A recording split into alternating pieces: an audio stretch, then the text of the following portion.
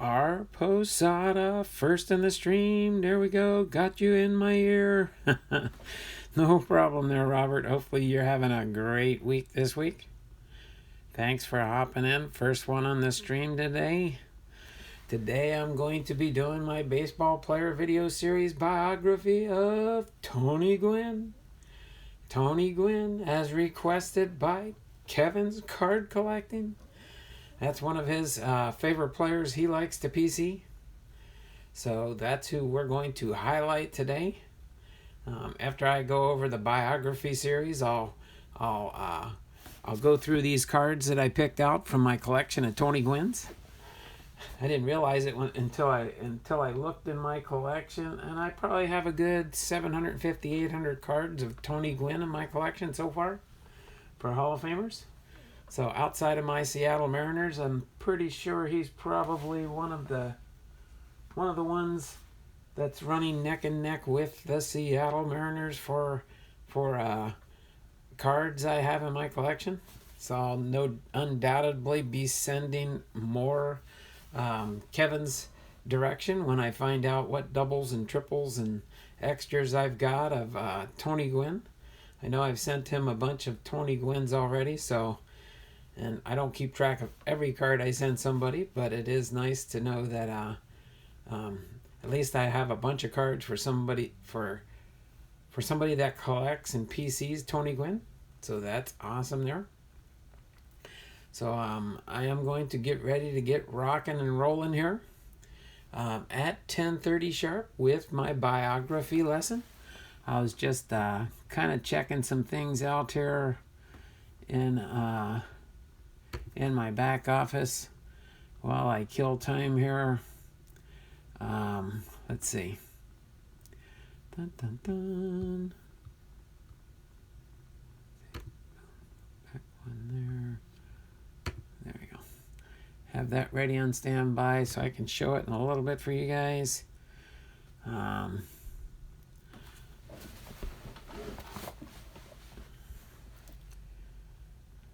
like that 3 quick chats. Hello, here at work, and got you in my ear. Oh my. So yeah, hopefully everybody is having a grand start of your day. All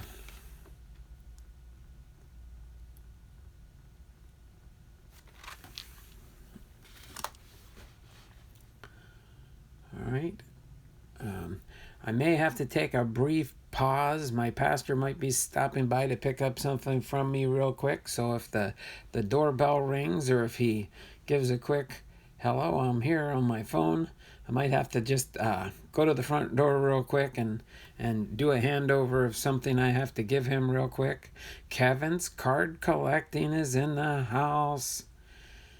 Can you tell whose biography I'm doing today by the cards that you see on the screen there, Kevin? This will be one you probably want to save in your favorites. That way, if you want, you can go back and review it or listen to it again or just check things out there. Yes, I am doing Tony Gwynn today for my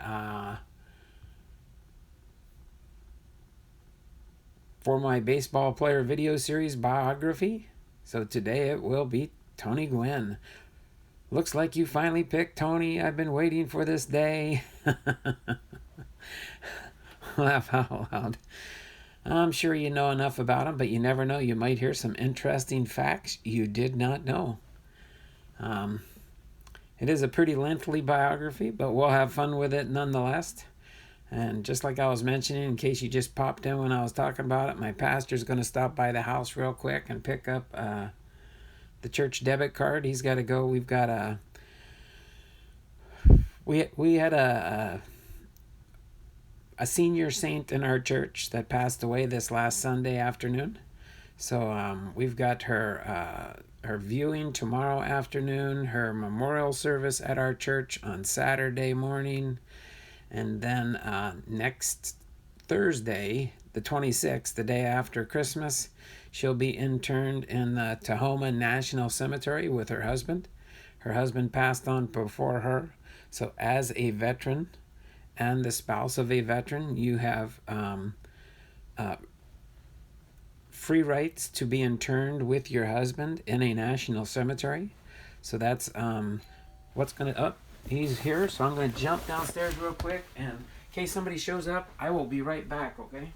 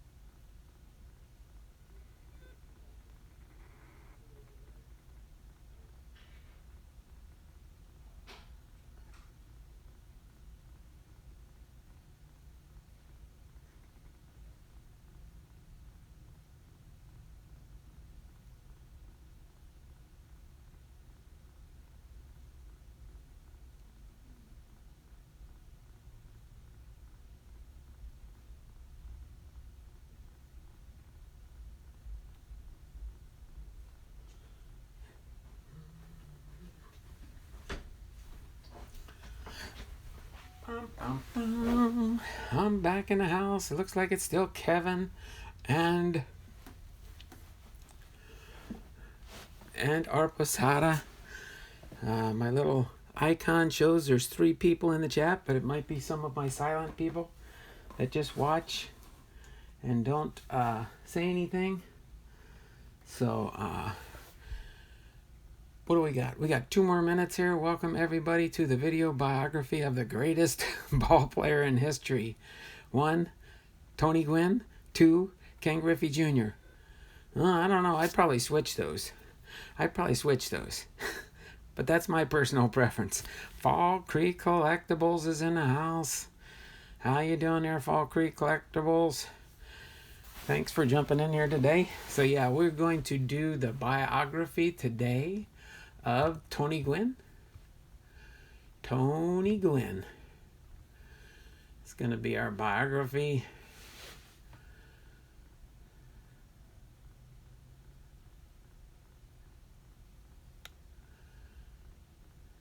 So in about a little over a minute, we're going to go ahead and get ready and get started here. And then afterwards, if we do have time permitting and stuff, I might open up 1 or 2 packs of cards. I've got some jumbo packs. It's actually Topps Baseball 2019 Series 1. Had a couple spare packs laying around. So I figured I'd open those. Tomorrow, we'll see if between today, see if any packages come in. I know a couple people have said they sent a few things, but I have not seen anything yet. So until that happens, if I don't, Dearman 2019 is in the house. We're up to 5 in the stream. So yeah, if you guys, if you can, if you can't, I understand. But when I get, not today there, buddy, not today. I got a whole bunch of things going on. We got some personal things we got to deal with our church, trying to get things lined up for the lady's family members that passed away in our church last Sunday. So I'm going to, after I get my stream done here today, I have to run around and do some errands and help out the church get ready for her viewing tomorrow, her memorial service on Saturday morning at 11 a.m. in our church. And then also next Thursday, the day after Christmas, is when she's going to be interned with her husband in the National Cemetery, which is about an hour and 15 minutes drive south from our house. So, hi-bye. Hi-bye. Are you gaming again there, Dearman? It is 10:30, so we are going to get into our history lesson today. Again, it is for Tony Gwynn. Okay? And without further ado, but yeah, if you guys could just pay attention to the chat for me if you can and if you get a chance, that's fine. And we will go over this biography for Tony Gwynn, so it's immortalized in YouTube history land.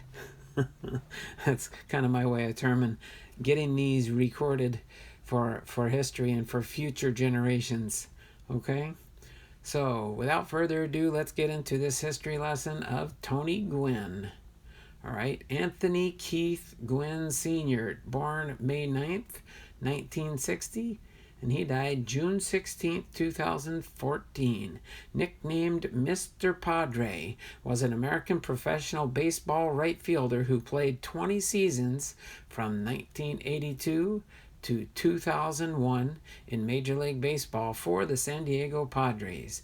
The left-handed hitting Gwynn won 8 batting titles in his career, tied for the most in National League history. He is considered one of the best and most consistent hitters in baseball history. Gwynn had a .338 career batting average, never hitting below .309 in any full season, and he was a 15-time All-Star, recognized for his skills both on offense and defense with 7 Silver Slugger Awards and 5 Golden Glove Awards. Gwynn was the rare player in his era that stayed with a single team his entire career, and he played in the only 2 World Series appearances in San Diego's franchise history. He was inducted into the Baseball Hall of Fame in 2007, his first year of eligibility.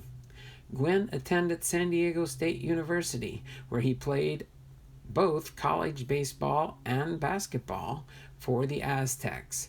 He was an all-conference player in both sports in the Western Athletic Conference, WAC, but was honored as an All-American in baseball.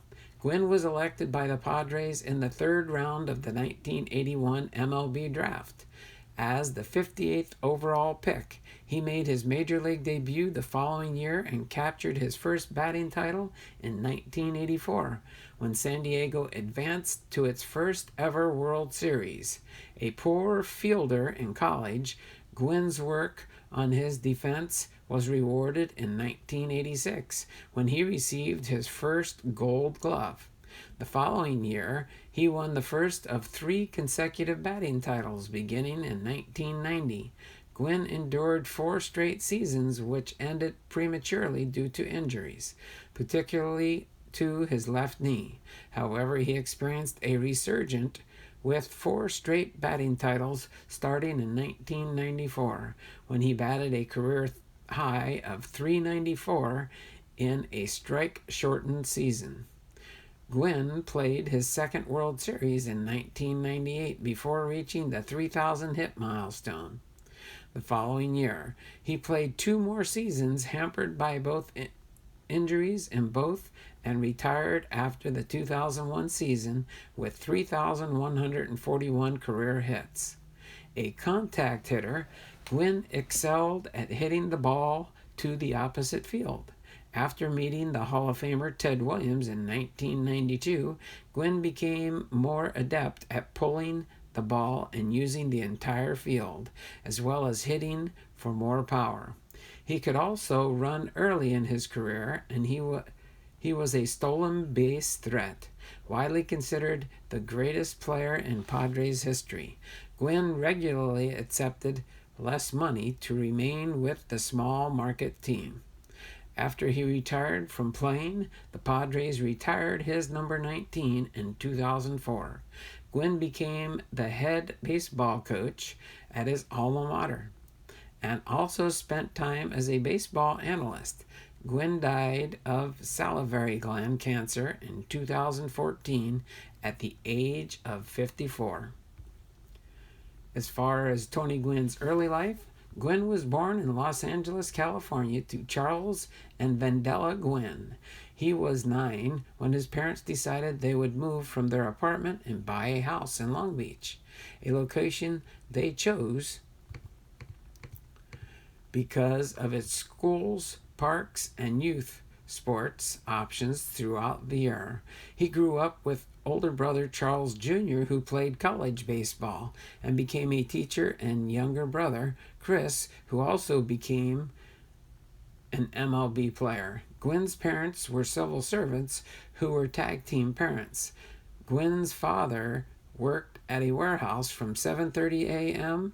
until 5 p.m., and he also coached Pop Warner football and Little League baseball. His mother worked at the post office from 5:30 p.m. until 3 a.m. His mother and father instilled in him the value of being prepared. He filled his time playing mostly basketball, which was his favorite sport.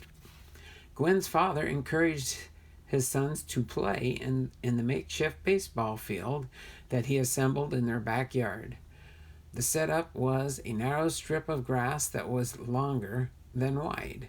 Pulling the ball too much resulted in being lost over the neighbor's fence, but left field being short rolled out, hitting it to the opposite field as well. Once the brothers' supply of wiffle balls was exhausted, they resorted to using a sock rolled in rubber bands, a wad of tape, and a hardened fig from a neighbor's tree. Although Gwynn was able to pull the ball in his backyard, he would naturally hit it the other way during regular games. Growing up, he attended Los Angeles Dodgers games and watched his hero, Willie Davis, the Dodgers outfielder, had twice as many stolen bases as home runs, 398 stolen bases and 182 home runs in his career. Gwynn admired Davis for being black, left-handed, and aggressive, but under control. He respected Davis's work habits as well.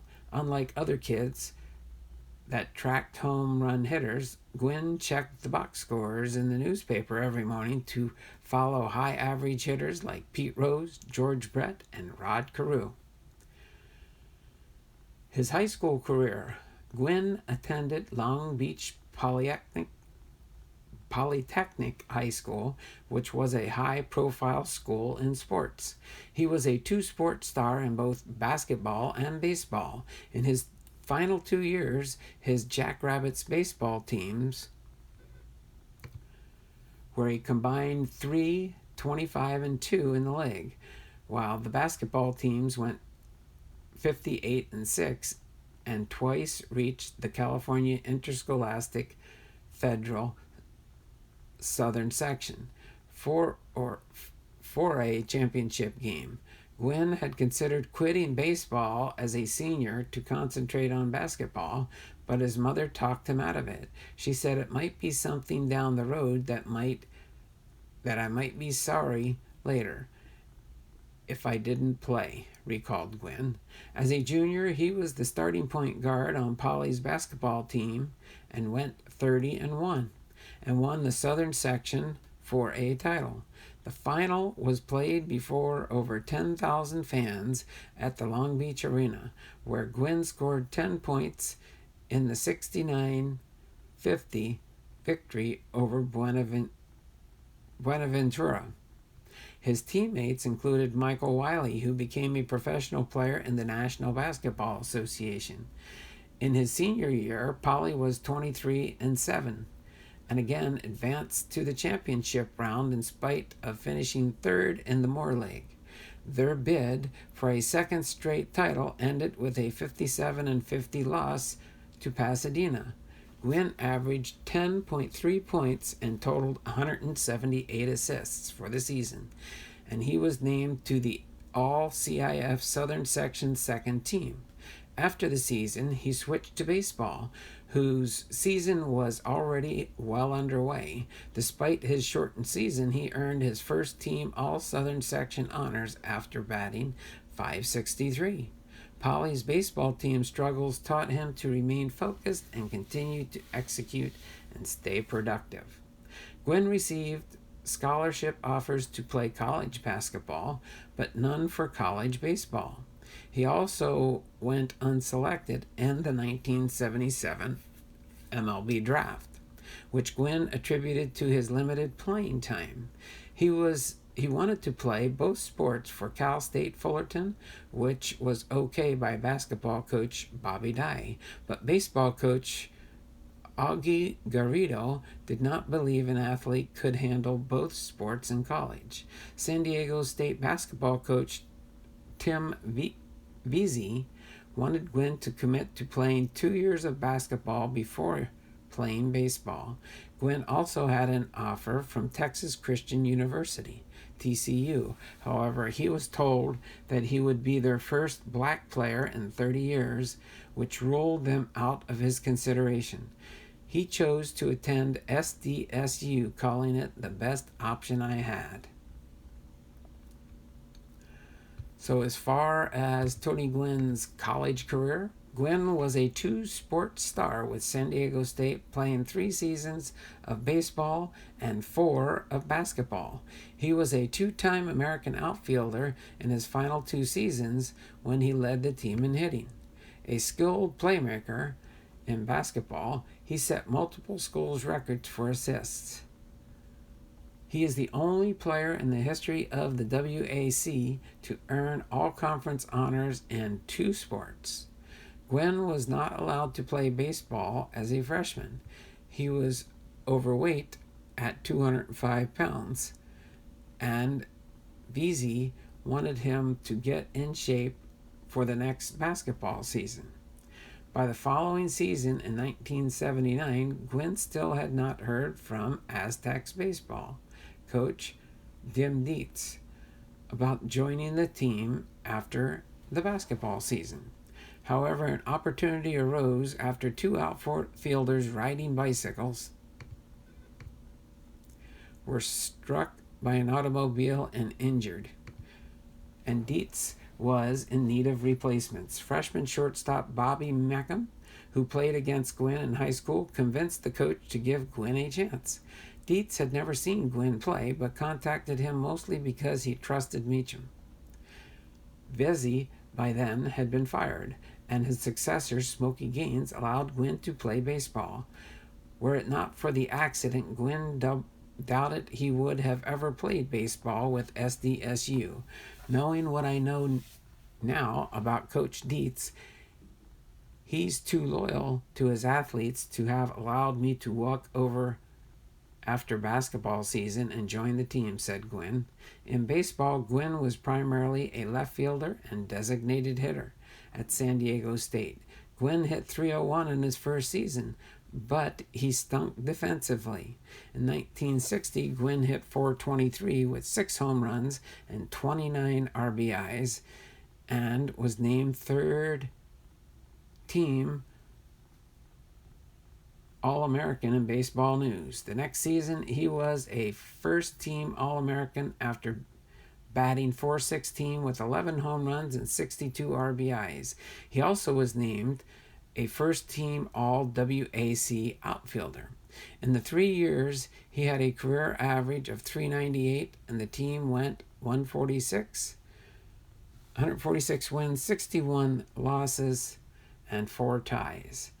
After playing basketball, Gwynn set Aztecs basketball records for assists in games. In Game 18, season of 221, and a career of 590. He was twice named to the All-WAC second team and averaged 8.8 points per game his senior year. Playing point guard developed Gwynn's baseball skills as the dribbling strengthened his wrists, avoiding what he called a slow but syndrome. And basketball taught him to be quick, which improved his base running. He could dunk a basketball, though he was unable to palm the ball with his small hands. He had a quick first step in either sport and was able to run 60 yards in 6.7 seconds. Gwynn indirectly received exposure from scouts watching SDSU that were interested in Meacham, who would become a first-round pick in 1981. Gwynn had started the baseball season late in 1981, and the basketball team was still competing, and some scouts had already seen enough of Meacham and stopped following SDSU. Also on the Aztecs baseball team was Casey McKeon, son of Jack McKeon, who was the San Diego Padres general manager at the time. Given his son's involvement, McKeon often went to Aztecs games. He was initially interested in seeing Meacham, but became more impressed with Gwynn after seeing him at an exhibition game between the Aztecs and the Padres. Gwynn had just rejoined the baseball team 5 days earlier. So as far as his professional baseball career,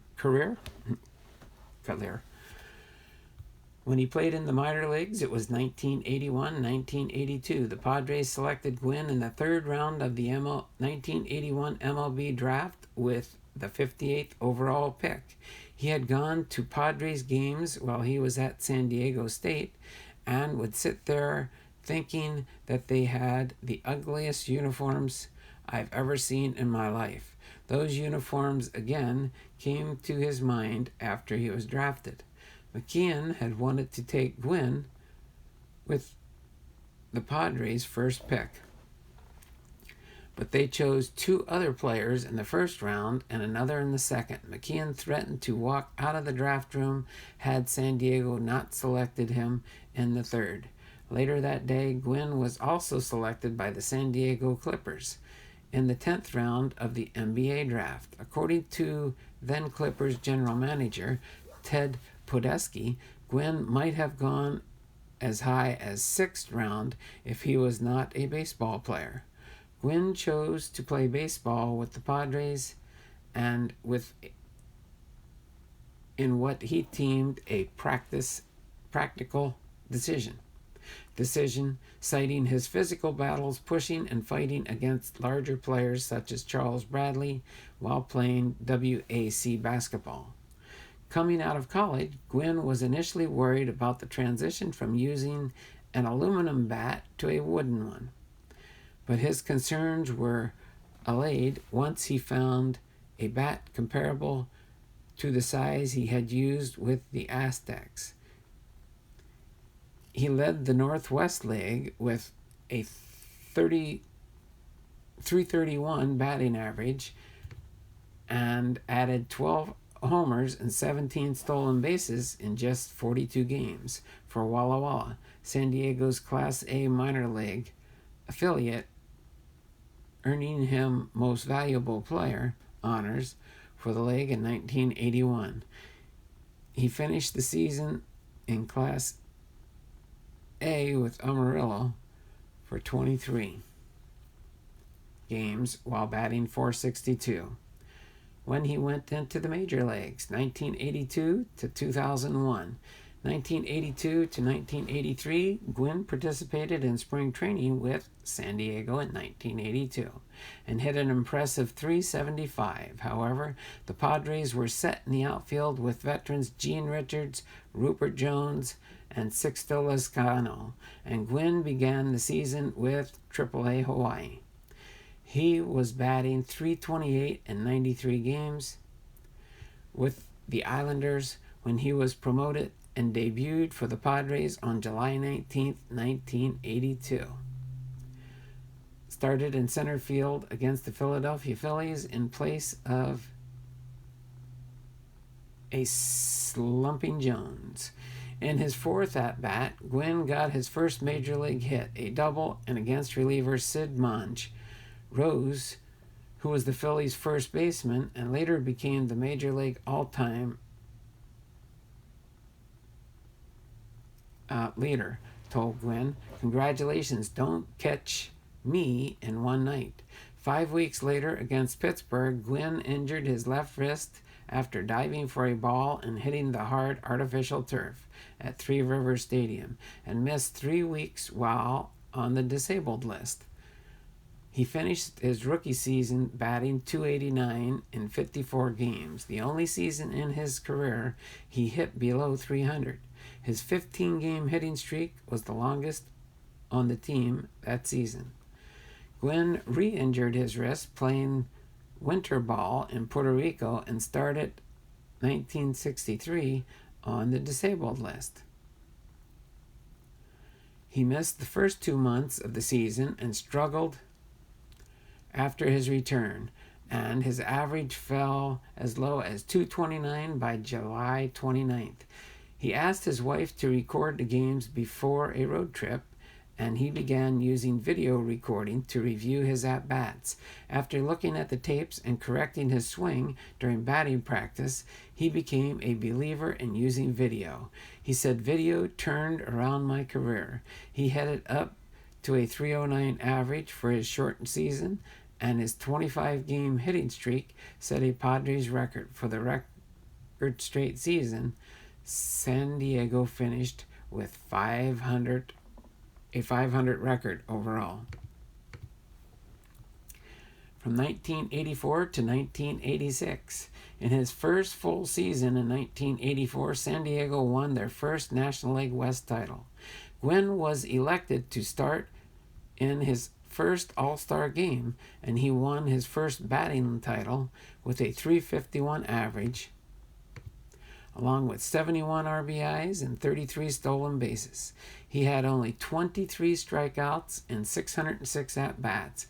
He finished third in the balloting for the National League MVP behind Chicago Cubs winner Ryne Sandberg and runner-up Keith Hernandez of the New York Mets. He had 213 hits, breaking the Padres' record of 194 set by Richards in 1980. Gwynn hit second in the Padres' batting order and behind Alan Wiggins, and benefited from the high number of fastballs opposing pitchers threw in response to the speedy leadoff hitter being on base. Wiggins' speed also disrupted the defense and opened up holes that Gwynn was able to exploit for hits. He hit above 400 when Wiggins was on base ahead of him. "Anybody can hit a fastball," said Gwynn. The duo was one of the biggest reason behind San Diego's success. They could score fast with Wiggins getting on first, stealing second, and Gwynn singling him home. Gwynn batted .410 with runners in scoring position, and manager Dick Williams said the records indicated that Gwynn had the best RBI percentage on the team. In the playoffs, the Padres won the first National League pennant in team history, defeating the Cubs in the National League Championship Series, before losing the World Series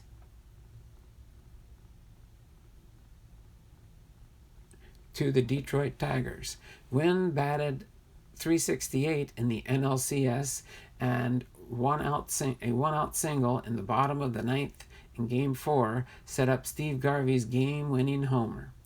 Gwynn hit .263, 5 for 19 in the World Series, and flew out to Tigers left fielder Larry Herndon for the final out of the Fall Classic. During the offseason, Gwynn took less money to stay in San Diego by signing a 6-year, $4.6 million contract with the Padres. Still, his new salary of more than $500,000 for the 1985 represented a sizable raise over the $180,000 he would have received, or the $100,000 he had received in 1984. Wiggins entered drug rehab in 1985 and was traded later in the season to the Baltimore Orioles, resulting in Gwynn seeing fewer fastballs and more breaking balls. Gwynn said it took him a month to realize the change in opponent strategy and a while to adjust. His average was under 300 into June when he got hot, but then sprained his wrist on June 27th in a collision with the Dodgers catcher Mike Sciosa. Still, Gwynn was named with 7 other Padres to the 1985 All-Star Game. San Diego was leading the National League West at the time, but finished the season in 3rd place. After Gwynn's wrist healed, he hit .339 after the start of August and finished the season with the fourth highest average in the National League with batting .317. Without an adequate replacement for Wiggins batting leadoff, his RBIs fell to 46. Gwynn played a career high 160 games in 1986 when he led the National League position players in wins above replacement, which stands for the WAR, wins above replacement. He scored 100 runs for the first time and tied the National League lead of 107. He set then career highs for doubles 33, homers 14, and steals 37. On September 20th against the Houston Astros, he had 4 hits and became the 5th National League player that century with 5 stolen bases in a game. He finished third in hitting with .329 after leading for most of the year. He hit only .296 in September, and he regretted paying too much attention to Tim Raines and Steve Sax, who were previously trailing him. Gwynn was honored for his defense with his Gold Glove after leading the league in total chances and putouts with 337. His 19 outfield assists that year, which were one short of the league high, were highlighted by the 3 Mets he threw out in one game.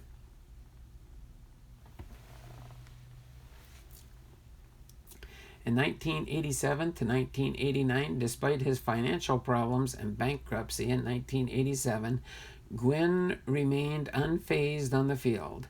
In the Padres home opener, Marvel Gwynn and John Kruk hit back-to-back home runs to start the game for San Diego, the first time an MLB team had ever led off a game with 3 consecutive home runs. In June, he had 44 hits, 93 at-bats for a .473 average, the best month in his career. He finished 5th among National League outfielders voting for the All-Star Game, which Padres manager Larry Bowa called a joke. However, Gwynn was unperturbed. People put a premium on the home run hitters. I know what I am. I am a contact hitter and not a home run hitter. I'm not going to try something I'm not. That year, Gwynn had 2 5-hit games, the first 8 in his career. He won his second batting title that season after hitting .370, and it was the highest average on the National League since Stan Musial hit .376 in 1948. He also stole 56 bases and became the first National League player to hit .370 and steal 50 bases. Gwynn never went more than 8 at-bats without recording a hit, and he had a hit in 82% of the 155 games he batted. His 218 hits also led the league. He led the league in WAR and was second in stolen bases, triples, and on-base percentage of .447. He also ranked 4th in runs with 119 and 10th in walks with a career high of 82. His average hits, runs, and triples were all Padre records. Although he only hit 7 homers, Gwynn was second in the league with 26 intentional walks, which was indicative of the reverence for his hitting prowess. He finished 8th in the voting for National League MVP, but continued to resist altering his hitting style to hit more home runs to earn more respect. The same year, Wade Boggs in the American League won his 4th batting title in 5 years, hitting .363 with 24 home runs, but finished 9th in MVP voting. During the last 3 months of the 1987 season, a finger on Gwynn's left hand would lock when he gripped the bat. It would come open barely enough for the bat to slip out from his grip. He had surgery on the hand during spring training the following season. In early 1988, Gwynn was on the disabled list for 21 days after spraining his thumb and after ripping tripping rounding first base in Pittsburgh. He was hitting .246 as late as July 1988, but won the championship with a .313 average. Gwynn batted .406 in July and .367 in the last 73 games of the season. He denied that injuries impacted his hitting, instead attributing his struggles to mechanics. He struck out a career-high 40 times that season, while his .313 average was the lowest to win a title in National League history. In the 112 years before, only 9 batting leaders hit below .330, the previous low being Larry Doyle's .320 in 1915. For the 25 years ending in 1988, batting leaders averaged .343. Gwynn hit 119 points higher with runners on base, 300 with a .382 percentage, than with the bases empty at .263. The largest differential in the National League season. He tied Pedro Guerrero for the highest average with runners in scoring position with .371. During the season, McKeon replaced Boa as the Padres manager and moved Gwynn from right to center field. Gwynn also reached 1,000 career hits on April 26 with a single off Nolan Ryan of the Astros. On September 17th, he passed Dave Winfield as the Padres' career leader in hits with his 1,135th off Jim Aker of the Atlanta Braves. In the 1989 season, he was hurting in September while he was in the race for another batting title. His right toe made it hard for him to put a shoe on, and his left Achilles tendon was sore and prevented him from pushing off properly when swinging. His batting average dropped, but he insisted on playing until his manager forced him to sit out for 2 games. The Padres were battling in the San Francisco Giants for the division title in September, but they never were eliminated from contention the game before hosting a season-ending 3-game series with the Giants. Although the race for the division was over, Gwynn was still trailing San Francisco's Will Clark for the batting title, .333 to .332. Gwynn went 3 for 4 in the last 2 games, finishing at .336 to claim his 3rd title. "I lost to the best," Clark said. Gwynn became the first National League player to win 3 consecutive batting titles since Musial in 1950 to 1952. In December 1989, Gwynn fell to being 7th highest paid Padre at $1 million a year and questioned the team's salary structure. He felt he deserved more money than players like Jack Clark, who signed a lucrative deal with the New York Yankees before being traded to San Diego. Gwynn's request for a contractual renegotiation was denied.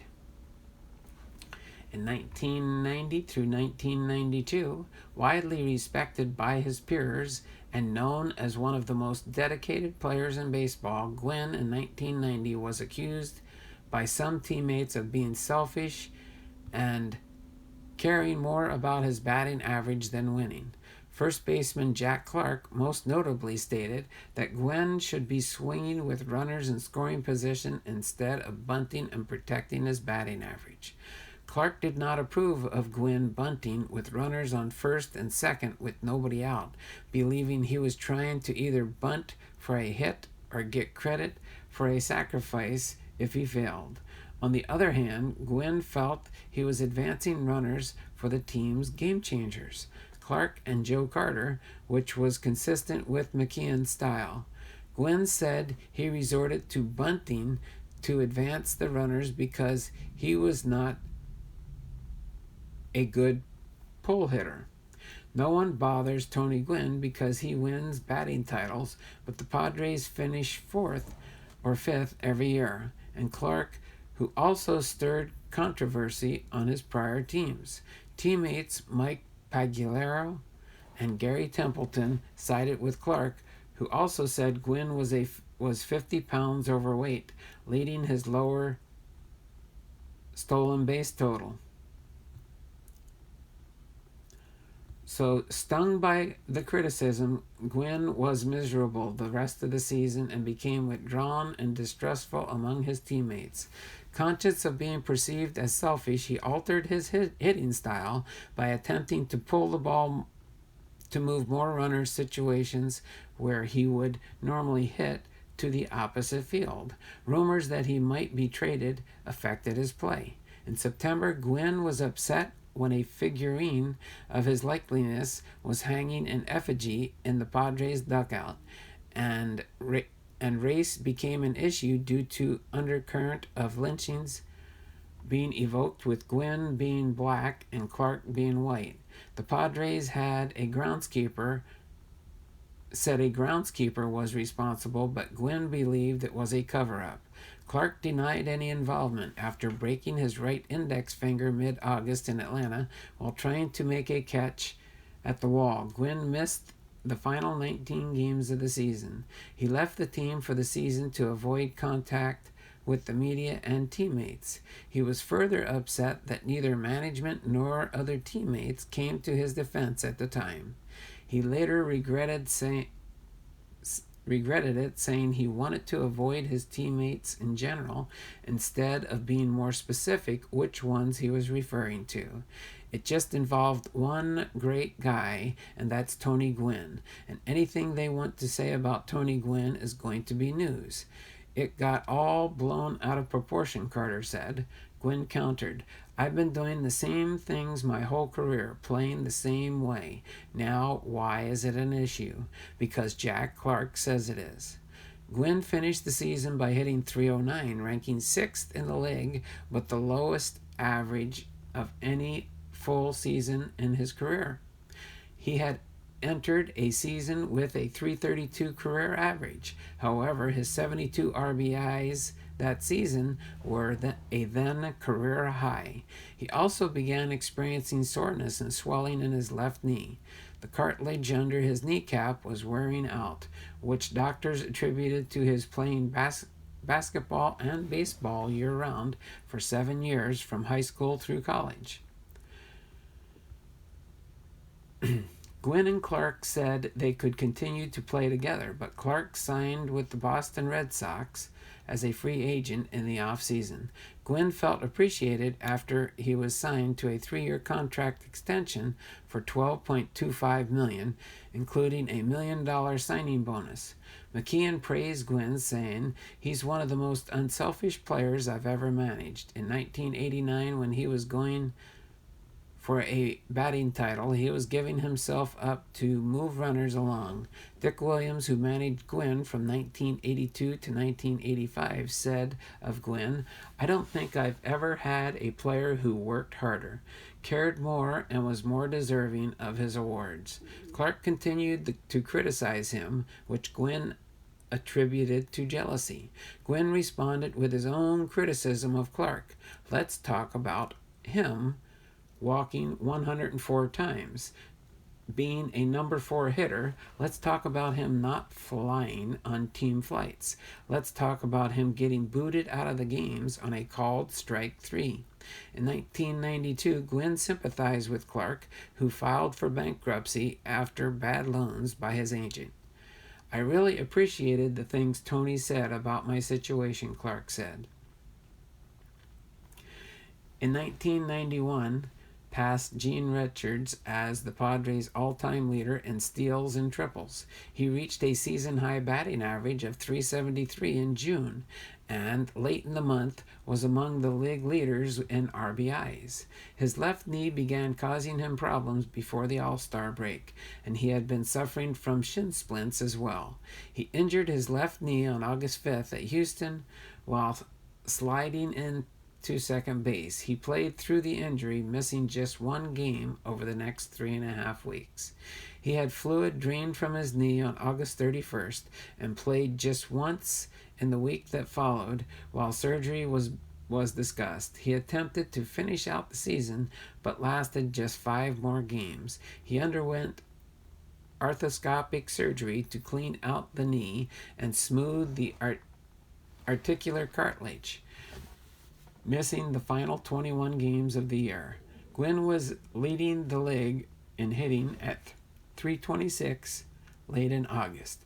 He had enough plate appearances already to qualify for the title when many people, including his father and Padres announcer Jerry Coleman, advised him to take care of his knee and secure another batting title. However, Gwynn was still reeling from Clark's criticism over his condition and being selfish, and he wanted to continue playing.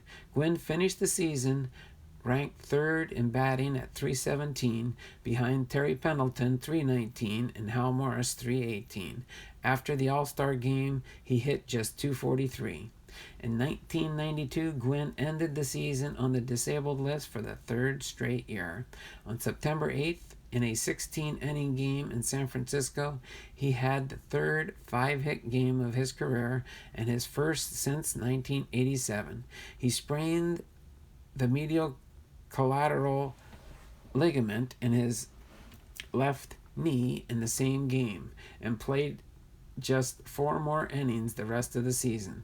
He required arthroscopic surgery on the knee. Gwynn met Hall of Famer Ted Williams for the first time during a 1992 All-Star game, which was hosted at San Diego Jack Murphy Stadium, known later as Qualcomm Stadium. At the time, Gwynn considered himself to be an accomplished hitter, content to hit singles and doubles. Williams called Gwynn a big guy, capable of hitting for more power. He chided Gwynn for using a toothpick for a bat.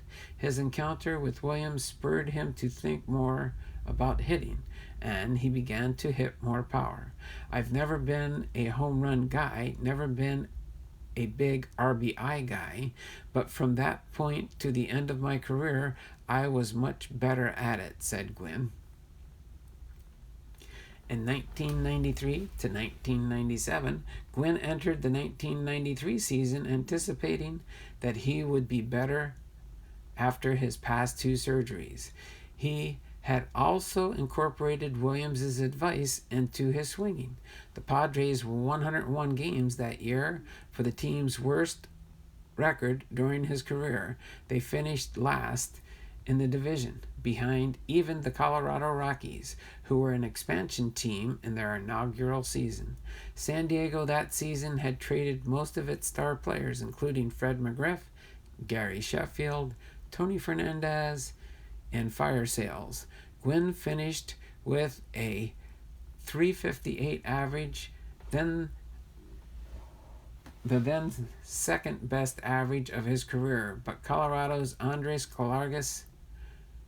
Galarga won the title at .370. He batted .587 on pulled balls compared to his .315 in 1991 before Williams' pointers. Gwynn was affected early in the season by a sprained thumb, but hit .476 for 190 over the second half of the season. On June 10th, he missed the opportunity to hit for the cycle when manager Jim Riggleman replaced him in the 7th inning of a 14-2 rout against the Dodgers after he hit for a home run, double, and triple in his 3 prior at-bats. Riggleman was not aware that he needed a single to complete the cycle, still at worry of Clark's earlier criticism that he was selfish. Gwynn did not contest his removal, which angered his manager when he found out after the game. On August 4th, against the Giants, Gwynn had the only 6-hit game of his career. He might have gone 7 for 7 if not for an excellent play at first base by Will Clark. Gwynn recorded his 2,000th hit with a single off Colorado left-hander Bruce Ruffin on August 6th. His last game was September 5th before undergoing arthroscopic surgery to clear loose bodies from his knee. It was the 4th consecutive year his season ended early, and the 3rd straight season it was due to left knee surgery. After the season, Gwynn's father, Charles, died young at the age of 57 from heart problems. 2 days earlier, Charles had argued with Gwynn that he should leave San Diego, questioning the Padres' commitment to winning. Gwynn eventually concluded, "No, I like it here. I should stay." He contemplated leaving baseball after his father's death. However, he recalled his father always telling him never be a quitter and to always work hard. For years during Gwynn's career, media preseason predictions declared that this season would become the first player to hit 400 since Williams in 1941. Relatively healthy in 1994, Gwynn batted .394, his career high and the highest in the National League since Bill Terry hit .401 in 1930. He also had a league-leading .454 OBP, on-base percentage, from April 22nd through the 24th against Philadelphia. He had 8 consecutive hits and reached base 9 straight times, tying Padres records held by Winfield and Bip Roberts, respectively. Gwynn was batting .383 at the All-Star break. However, talk of a strike by the Major League Baseball Players Association was looming and wanted to get to 400 before that date. He hit .423 over 28 games in the second half and heated up to .475 through 10 games in August. Then the season ended prematurely on August 11th due to the baseball strike. He was 6 for 9 in the last 2 games and 3 for 5 in the eventual finale, falling short of batting .400 by 3 hits.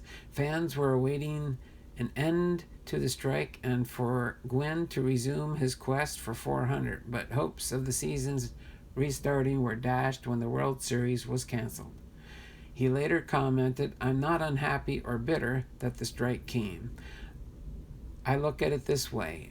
I would have sooner fell short due to the strike than if I would have hit .400 and then the strike came.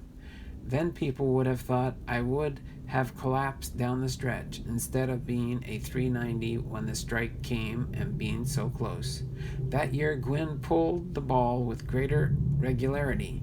He was the 10th in the league with a slugging percentage of .568, which was also his career high. His 12 homers in 419 at-bats was a higher rate than in 1986, when he hit a then career high of 14 homers and 642 at-bats. He won another batting title at .368 in 1995. For the second straight year, he did not go longer than 2 games without a hit. He led the National League in batting with runners in scoring position at .394, and he had a then career high 90 RBIs.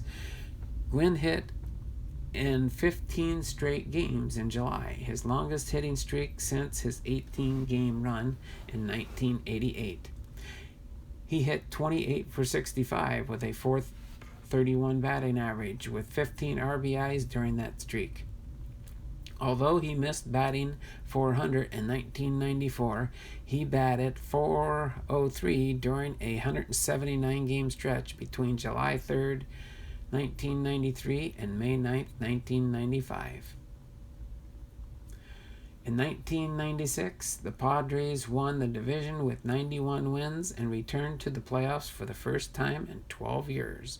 Gwynn called it the worst injury season of his career. His hurt heel in April was diagnosed as an inflamed bursa sac. He tried multiple shoes to alleviate the pain and was on the disabled list for a month at mid-season. He played the rest of the year in pain, and surgery after the season revealed a 40% tear, or fraying, at the top of his right Achilles tendon. On September 28th, Gwynn hit a patented single between third base and shortstop to score 2 runs and break a 2-2 tie in the 8th against the Dodgers, clinching a playoff berth for the Padres. He called it his most memorable regular season hit until his 3,000th career hit. Gwynn's brother Chris also played for San Diego that season and hit the game winner in the season finale in extra innings, completing a 3-game sweep over Los Angeles to win the division. Chris had only hit 169 entering the game, and some fans were convinced that he was on the team only because of his brother. Earlier in the week, Gwynn had criticized fans for booing his brother. "Today, I'm just Chris Gwynn's anonymous brother," said Gwynn, who also won his 11th batting title that day. Although he was four plate appearances short of the minimum to qualify for the title. MLB Rule 10.22a, which also came to be known as the Tony Gwynn Rule, allowed hitless at-bats to be added to his record to qualify. Gwynn, who batted .353 in 498 PAs, would have dropped to .349 with the extra at-bats, still 5 points better than second place. Ellis Burks is .344 in postseason. The Padres were swept by St. Louis Cardinals in the opening round. In April 1997, Gwynn signed a 3-year contract extension for $12.6 million. Recovered from his Achilles problems that the year before, he was able to plant his front foot to pull inside pitches that season. Gwynn reached career highs with 17 home runs and 119 RBIs. He batted .372 for his 8th batting title, second only to Ty Cobb. He led the National League in hits for the 7th time, tying Rose's record. The 220 hits led the majors and was a new team record. Gwynn led the majors with a .459 average with runners in scoring position. In the 16th season, he became the oldest major leaguer at age 37 to reach 100 RBIs for the first time. His RBI total was the second highest in club history. He also hit a Padres record of 49 doubles, ranking second in the league, and established a career best of 324 total bases.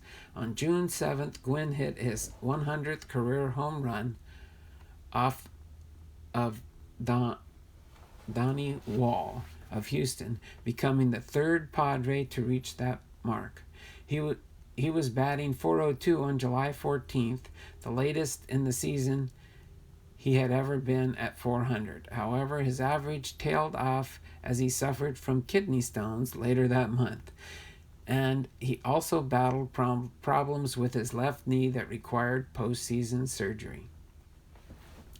In 1998 to 2001, in 1998, Gwynn batted .321 and helped the Padres win a franchise record 98 games and their second pennant.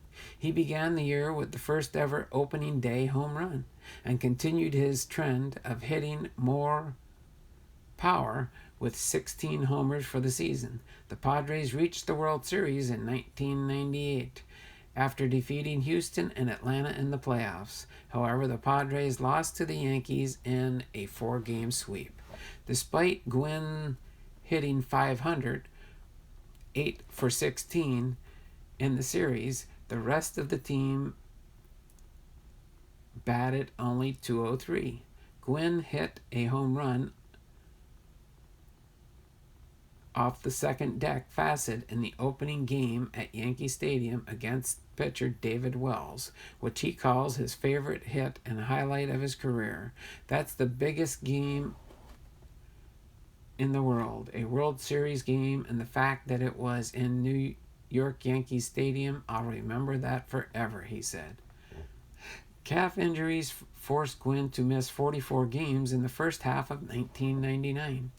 At the All-Star game at Fenway Park in Boston, he escorted Williams to the mound and steadied his friend in throwing out the ceremonial first pitch. It was Gwynn's most memorable All-Star moment in his career. As he approached 3,000 career hits in July two identified Padres said there was too much focus on reaching the milestone. Additionally, Jim Leyritz, after being traded from the Padres to the Yankees, said Gwynn lacked the intangibles of a team player. In the next game in San Diego, Padres fans gave Gwynn a standing ovation after he was removed for a pitch runner following his 2,994th hit. Gwynn approached 3,000 hits on the road, first playing in a series against the Cardinals on August 4th.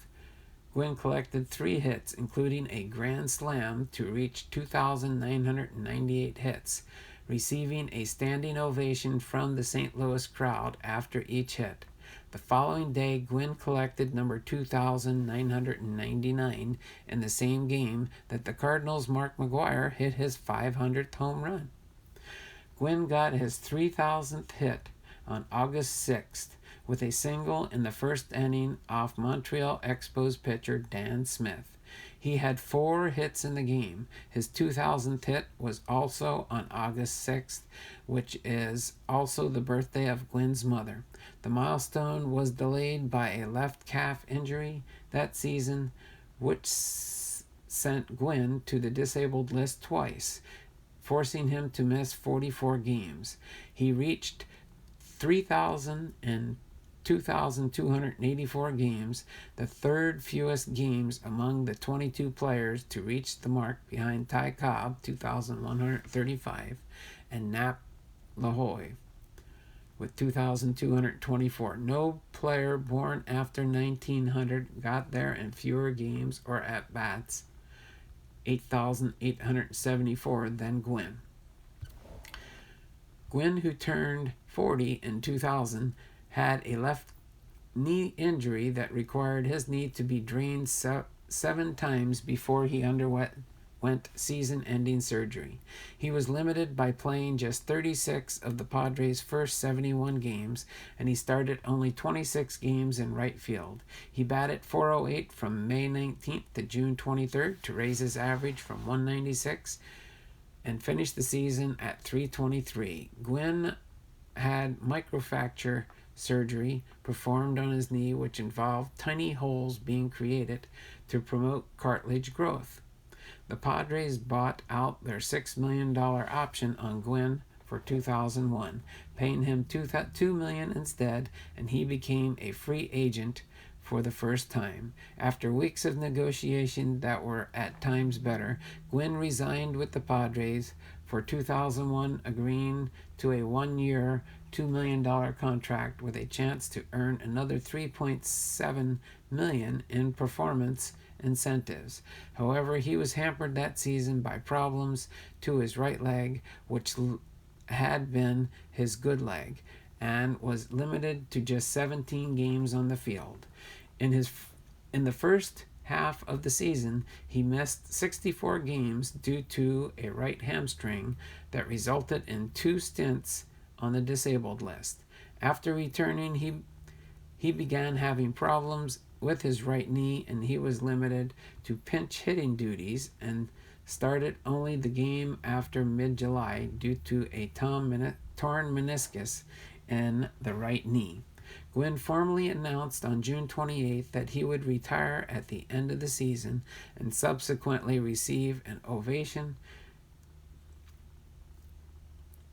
at each stadium the Padres visited. He was honored as a non-playing squad member at the 2001 All-Star Game. During the game, he and Cal Ripken, who had announced his retirement 9 days before Gwynn, were presented with the Commissioner's Historic Achievement Award by Commissioner Bud Selig. On October 6, 2001, at Qualcomm Stadium, Gwynn had a pinch RBI double off Gabe White of Colorado for the final hit of his career. He considered starting the next day in the final game of the season, but he was not confident he could handle a fly ball.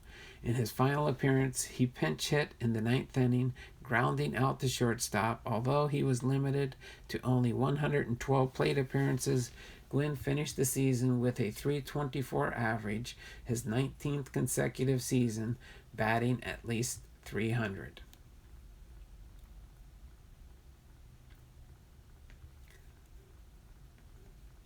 So some of his postseason baseball honors: in 1997, SDSU's baseball facility, Smith Stadium, was extensively renovated with $4 million from Padres owner John Moores at Moore's request. The stadium was renamed Tony Gwynn Stadium. Gwynn was inducted into the Padres Hall of Fame in 2001, and the team retired his number 19 in 2004. He was inducted into the California Hall of Fame in 2016. In 2007, a 9.5-foot, 1,200-pound bronze statue of Gwynn was unveiled in the park just beyond Petco Park's outfield in an area named Tony Gwynn Plaza. The address of Petco Park is 19 Tony Gwynn Drive. In 2014, the Mountain West Conference promiscuously renamed its Baseball Player of the Year award to the Tony Gwynn Award. At the 2016 All-Star Game in San Diego, MLB announced that the annual winner of the National League batting title would be known henceforth as the Tony Gwynn National League Batting Champion. On January 9, 2007, Gwynn was elected to the Baseball Hall of Fame, being selected on 532 out of 545 ballots, which was 97.61% of the ballots. The seventh highest percentage in Hall of Fame voting history. He was relieved that he did not exceed Tom Seaver's record of 98.8%. Gwynn considered his selection to be validation for the value of contact hitters, who are not as celebrated as power hitters. He was inducted alongside of Cal Ripken Jr. on July 29, 2007. Ripken and Gwynn are two of the 46 players of the Hall of Fame who played their entire major league career for only one team. Both were elected almost unanimously in their first year of eligibility. The Gwynn-Ripken induction weekend was notable for a number of attendance records, which were announced during the ceremony. 14,000 people visited the Hall of Fame Museum on July 28th. A record number for a single-day baseball attendance for all games played on July 28th also set a single-day record. The induction ceremony also had the greatest collection of Hall of Famers present, 53 of the 61 living members. A record crowd estimated 75,000 attended the induction ceremony, shattering the previous record of 25,000 in 1999. In 2002, Gwynn was inducted by the San Diego Hall of Champions to be the Breitbart Hall of Fame, honoring San Diego's finest athletes both on and off the playing surface. A week before his induction, Gwynn appeared on a Wheaties box.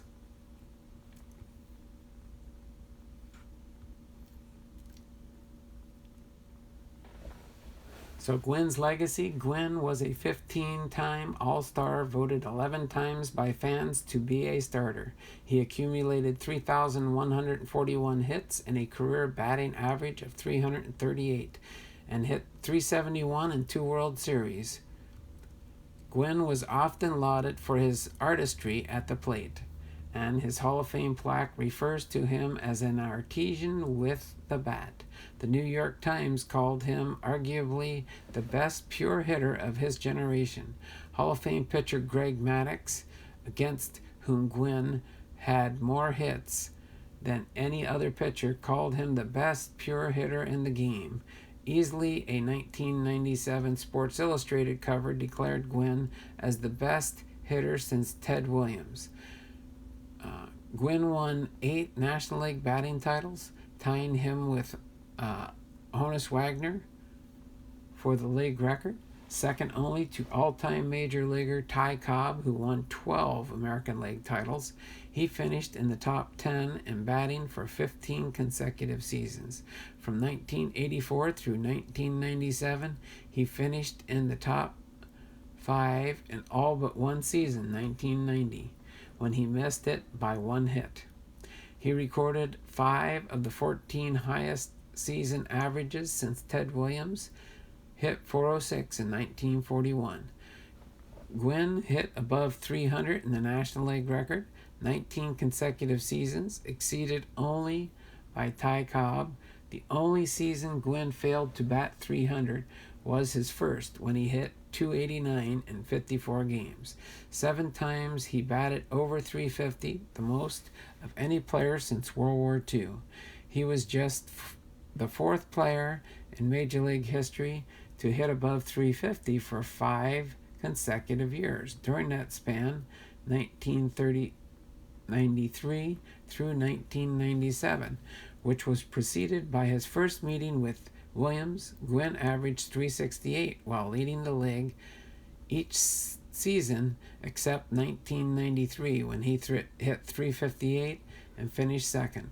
The fourth consecutive National League batting titles he won, starting in 1994, had not been matched since Roger Hornsby won 6 straight beginning in 1920. Gwynn is the only major leaguer to win 4 batting titles in in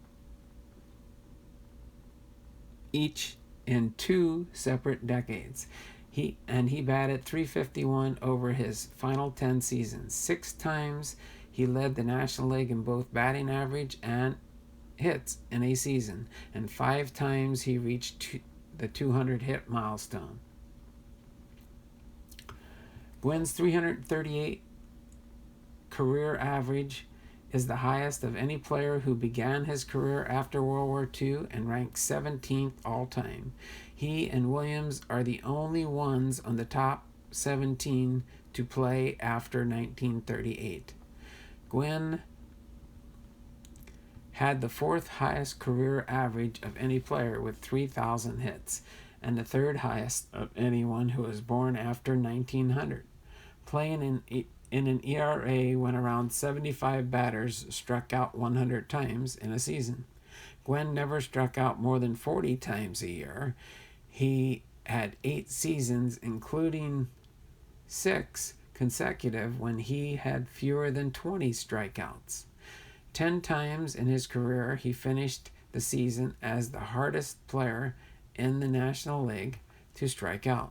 Since 1975, Gwynn is one of only 2 players that batted 300 a season while striking out at most every 25 at-bats. He struck out only 434 times in his whole career, which averaged out to just once every 21 at-bats, or 29 times per 162 games. He became more difficult to strike out later in his career, even as pitchers were growing bigger and stronger and throwing harder. He struck out 3 times in a game just once in his career compared to 297 career 3-hit games. Gwynn is one of 5 players with more than 500 doubles and fewer than 500 strikeouts in their career, and the only Hall of Famer since 1965 to finish a career with more doubles than strikeouts. He did not draw many walks, but he drew more walks than strikeouts in every season but his rookie year. Though he was not considered a power hitter, opposing managers chose to intentionally walk him nonetheless. He drew 203 intentional passes during his career, which was 50% more than his career home run total. Gwynn was solid on defense and won 5 Gold Gloves in a 6-year span. He stole 318 bases in his career, with a high of 56 in a 4-year stretch when he averaged 40. Only 4 players in Major League history had 300 steals and a career batting average of at least 338. Gwynn was the only one of the 4 to have played since 1928. He was also just the 10th player to retire with over 3,000 hits and 300 100 steals. Gwynn in 1999 was the first National League player to reach 3,000 hits since Lou Brock in August of 1979. 7 American Leaguers reached the mark after Brock and before Gwynn, but one played at least 400 games as a designated hitter. An National League player could not be a designated hitter until 1997, when it was allowed for the few interleague games that were played in American League parks. Just 6 of Gwynn's first 3,000 hits came as a designated hitter. If you want to do it in the National League, you have to play a position, he said. It's been 20 years since anybody has been able to do it. That tells you how much it is to do in this league. Gwynn was the 11th player to collect all 3,000 hits with one team. George Brett of the Kansas City Royals and Robin Yount of the Milwaukee Brewers were the last to achieve the milestone for one team in 1992. He played his entire career for San Diego, a rarity for this generation in an era of free agency. In this era, it doesn't happen. It takes a little bit of loyalty and luck, and it also takes the organization wanting a player to stay with the club, said Gwynn. He regularly took less money to keep his family rooted in San Diego, which prompted criticism from the MLBPA for his setting a lower market value for other star hitters. Gwynn earned $47 million as a player, but never received more than $6.3 million in a season, nor signed a contract valued over $12.25 million. Only 17 players have played at least 20 seasons with one club. He is widely considered the greatest Padres player ever. There's simply no bigger figure in baseball that San Diego's ever had, said former teammate Trevor Hoffman. The San Diego Union-Tribune placed Gwynn number 1 in their 2014 ranking of the city's most influential sports figures. He eschewed the added fame that might have come from playing elsewhere, opting instead to stay with the small market team that had just 7 winning seasons and 3 playoff appearances during its 2 decades with them. Gwynn transcended sports and became a civic icon. It's rare and becoming rarer that one man is so identified with a franchise and a city as Tony is with San Diego and the Padres, said political columnist and baseball writer George Will. Grantland called him quite simply one of the most beloved figures in the history of the city of San Diego. Gwynn's career paralleled that of Wade Boggs, who also debuted in the major league in 1982. Gwynn and Boggs were the premier contact hitters in an era dominated by home runs. They both won multiple batting titles. Gwynn's 8 to Boggs' 5, and each won 4 straight to join Cobb, Hornsby, and Carew as the only players to do so. Gwynn and Boggs each hit over .350 in 4 straight seasons, the only players to do so since 1931. They joined Brock and Carew as the only players whose careers ended after World War II and finished with 3,000 hits and fewer than 160 home runs. Gwynn, though, had a career slugging percentage of .459, higher than comparable contemporaries such as Boggs, Brock, Carew, Rose. Among that group, he had more RBIs, 1,138, than everyone but Rose. Nicknamed Captain Video, Gwynn used a video to study his swing before it became common in baseball. When he began the practice in 1983, MLB teams were years away from using video for scouting. Hoffman said that Gwynn revolutionized video in baseball. Gwynn prospered during the steroid era of baseball. While other players were transforming their physiques over a single off-season, his body grew pudgier and rounder, though no longer the base stealer or defensive player he was early in his career. He continued to excel as a hitter. From 1995 through 2001, Gwynn hit a major league leading .350, while power hitters were recording the sixth highest single-season home run totals in MLB history. Gwynn placed in the top 10 in voting in the National League MVP 7 times in his career, including his only top 5 finish in 1984, when he ended up third. In 2005, Sporting News ranked Gwynn number 57 on the list of their 100 greatest baseball players and was nominated as a finalist for the Major League Baseball All-Century team. However, Gwynn's significance is muted by the non-traditional measurements in sabermetrics, which tends to favor power and the ability to get on base over batting average. As of 2014, his career had a 65 WAR, ranked 34 among outfielders, and a few above him had not yet been voted on in the Hall of Fame. While he had a first-rated on-base percentage of .388, he was one of only 4 players to hit .335 or more who did not have a career .400 OBP. During his career, he finished in the top 10 in National League on OBP 10 times. Gwynn's run production was another rap against him. He exceeded 90 RBIs in a season just once, when he had 119 in 1997. But he batted .349 in his career with runners in scoring position. He was devastating with runners in scoring position, impossible, former player Eric Davis said. Despite his fame, Gwynn was renowned for his dignity and modesty. He was honored for his career character and humanitarianism with the 1995 Branch Rickey Award, the 1998 Lou Gehrig Memorial Award, and the 1999 Roberto Clemente Award, which USA Today called baseball's triple crown of humanity and kindness.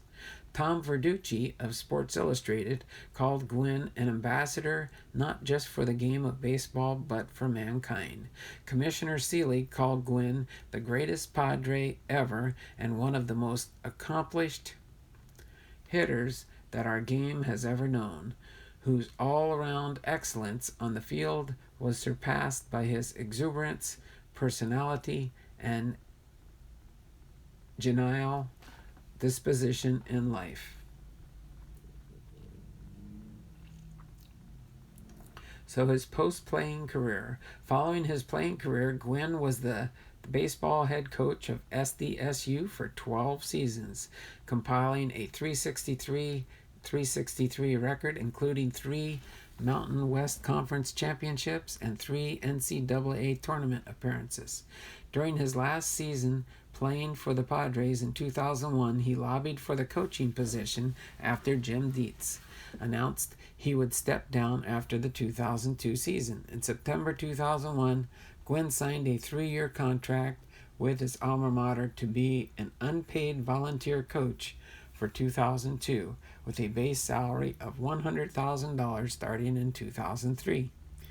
In the 5-year period, 2007 to 2011, the baseball team was penalized with reduction in scholarships for failing to meet NCAA's academic progress rate.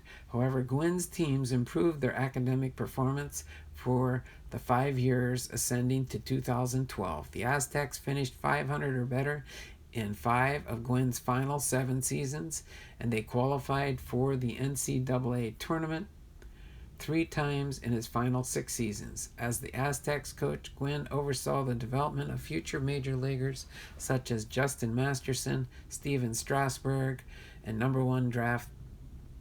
the number 1 overall draft pick in 2009.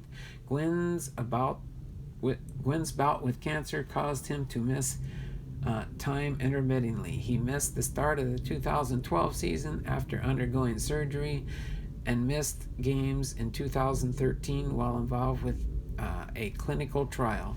Days before his death in June of 2014, he was given a 1-year contract extension, although he had been on leave of absence since March while recovering from cancer treatment. Gwynn was also a broadcaster working as a game and studio analyst for ESPN. He also worked postseason games on TBS and served as an expert analyst for Yahoo Sports. He also served as a color analyst for the Padres games on Channel 4 in San Diego and later Fox Sports San Diego. In May 2012, Gwynn joined a group led by movie producer Thomas Tull to bid on purchasing the Padres from Moores. Gwynn had no financial stake in the group, and Tull withdrew his bid in June.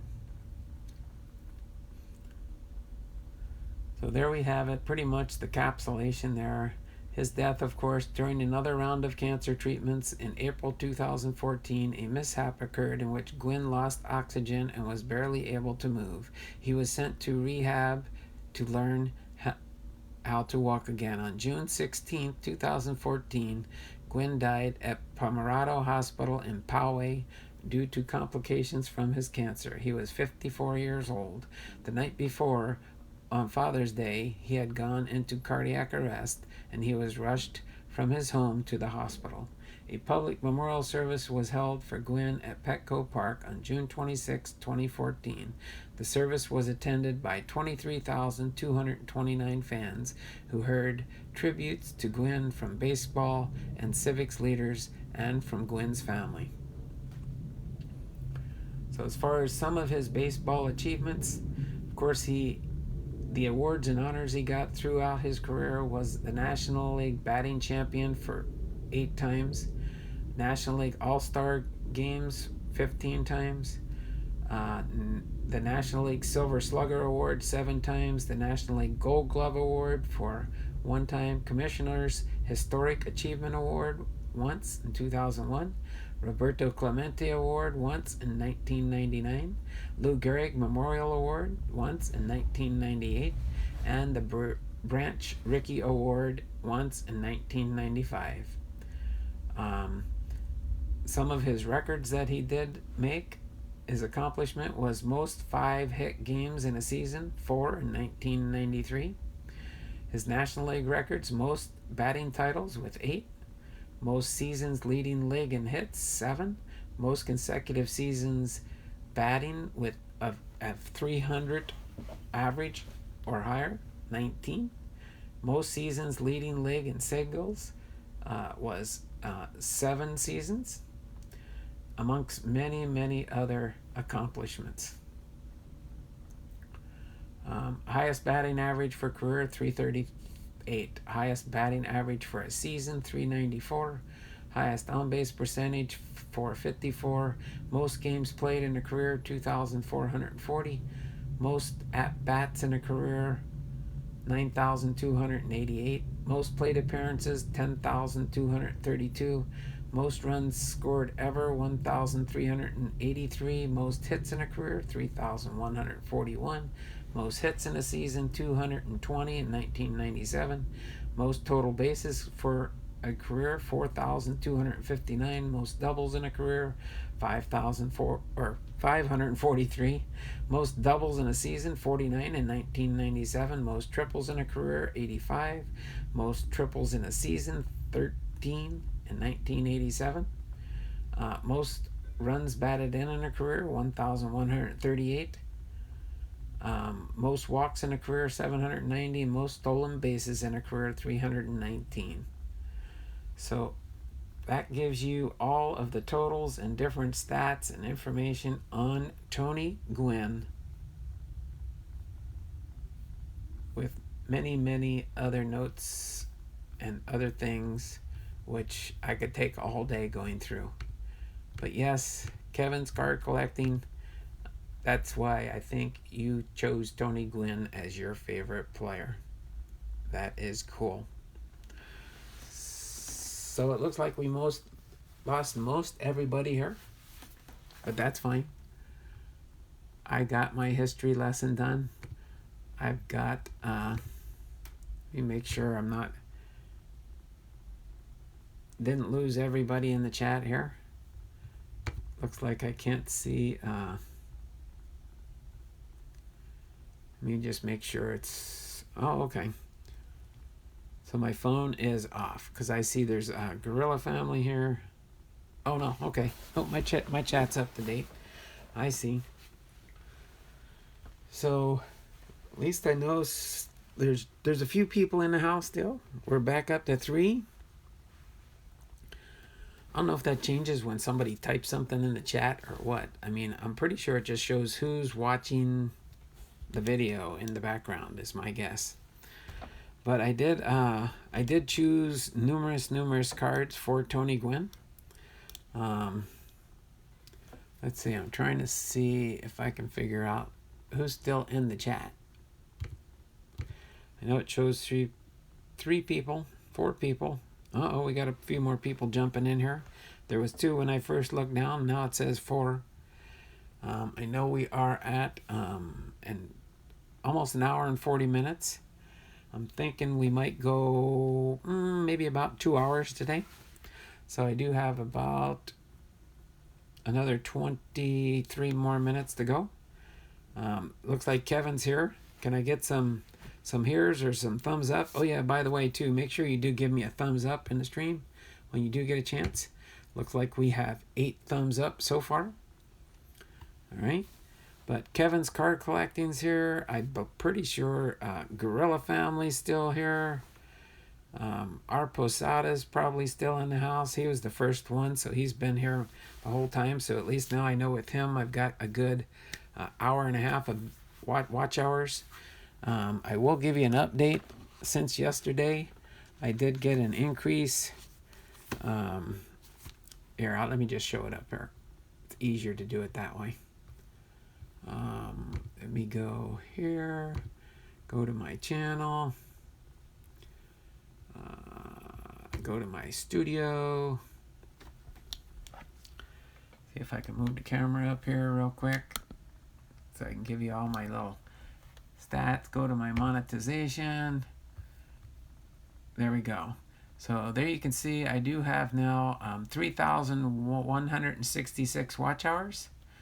So I now still need 834 more hours. So in case you're wondering, between yesterday and today, I increased 43 watch hours. So that was an awesome jump for me because lately I've been having just a few hours a day. The day before was 15 hours. The day before that was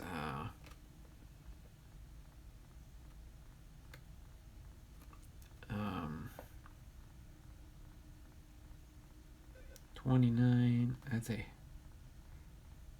120, I mean. Yeah. So, I mean, it started last Saturday was just 1 hour, then 6 hours. My watch hours have been increasing daily, which is good. That means I'm providing new content and people are enjoying the new content I'm putting up and people are watching. I do really appreciate that. But now that I still have Kevin here, I want to go in and highlight some of these cards that I did pull out of my Tony Gwynn collection. So I kind of got them grouped in case you're wondering how they are grouped here. Starting with Bowman's, going through the upper decks here. So I'll go through and I'll pull off some of these cards from the little stands I have here and just highlight some of the different cards here. So this is a Bowman Best card. I didn't really go through all the years. This one's kind of like capsulated, it looks like. His best performances. Okay. This card is, I'm pretty sure like this is like 1997. So this is a card here, Bowman's Best. Okay. Those are 5 bars of gold you got here. 5 bars of gold? That would be nice. I'd like to find 5 bars of gold. Okay, you have some behind the others too. Yeah, yes. Yes, there's multiple cards here, so yeah, I was just trying to figure I couldn't display them any other way, so I just put them in groupings. So it goes Bowman through Upper Deck. So through the different types and card sets through the years, it's no particular. Oh, I see 5 bars of gold. 1, 2, 3, 4, 5. 5 bars of gold. Okay. That's probably what Kevin's talking about. But yeah, as I go through each of these cards, I will just put them in the stack there. So this one here is another Bowman card, Tony Gwynn. Does have Anthony Keith Gwynn there. So it's not an autograph card. It would be nice if it was real autographed. I think the cards for this year, they all had the signatures on the side here. This looks like it is also a 1997 or 98 card for Bowman. All right. And then this one here is a Leaf product. 1998 anniversary, 50th anniversary, Tony Gwynn. All right. And yes, this shows, yes, it is a 1998 Donruss product. So Donruss and Leaf are basically the same company. All right. But these are just like the oddball type cards here. And then we got an Opachi. So Opachi, for those that aren't too familiar with the Opachi products, these are Canadian. These are usually Canadian. If you look on the bottom here, you can see where it shows Canada. Oh, Canada. Opachi. Oh, Canada. All right. But Opachi is a Canadian-based card company. So that's why you'll see these every once in a while, the Opachis. Those are odd cards. This one was let's see, what year is this one? Looks like 1991 Opachi. 1991 Opachi. Okay. Here we go. This is from a set. This was back in the day when I was over in Japan and I was collecting baseball cards just before I retired. 1996. Tony Gwynn. All right. His average that year was 336. And then this is the same year, Pinnacle. These are Pinnacle cards, by the way, 1996. That's a good little portrait shot of, I like the shininess and the gold color there. All right. And then here we've got another Pinnacle product. Another Pinnacle product. I think this one was 1993. This is a 1993 Pinnacle product, Tony Gwynn. Okay. And then this one here is the score. This is the 1990, I'm pretty sure. No, 1988. Sorry, I was a little bit off on that one. This one's 1988, Tony Gwynn. All right. Score product. Those are the oddball ones. And then here's some Donruss cards. Donruss. 1987 highlight card. All right. And then you have a Donruss MVP Tony Gwynn card. That's 1989. This is a 1990 Tony Gwynn MVP card. This is another 1990 Donruss. All right. This one here is the Spirit of the Game. This is a Donruss, and this one I believe is, I'll get it on the back here, 1998. So that one's a 1998 card there. All right, and then of course this is a newer card from last year. This is a 2018 Tony Gwynn card from last year's Donruss 2018. All right. Gives just his career stats on the back there. 2018 Panini. Okay. Donruss Panini product. Okay. And then, of course, we've got some of the Junk Wax era here. This is some of the Junk Wax era we got mixed in here. You got some Fleer, this is the Fleer 88. Or 80, Fleer 89, 91, 92, Here's a Fleer 86. That should be up here in the front. Then this one here is a metal, 1990. I think this is still Fleer.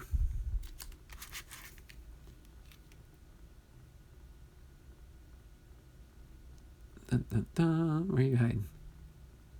96. Yeah, 1996 Fleer metal card. You can see the little shininess on this type one. Okay. And then this is the Fleer Showcase, Power Showcase card. This one is from 1999. Okay. This Fleer Tony Gwynn, San Diego Padres, Fleer Ultra.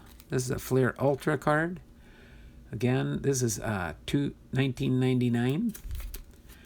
And then this Fleer Brilliance, Tony Gwynn, has a little shiny look. You can see my reflection in the background there. Okay. This one is, what year is this one? 1999 also. And then, of course, you got this last one here, A Place in History. Tony Gwynn, San Diego Padres. And this one is from, this one's going to be difficult. It's kind of like black on black. It looks like might be a 1998 is my guess. I'd have to get the magnifying glass. I can see part of it down here. But that's A Place in History. Okay. And then we've got some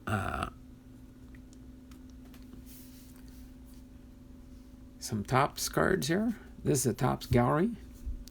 This is the Topps Gallery Tony Gwynn from 2003. This is a 2003 Topps Gallery. And then Topps 50 Years of Baseball. This one is a 2000. This is a 2000 Topps. All right.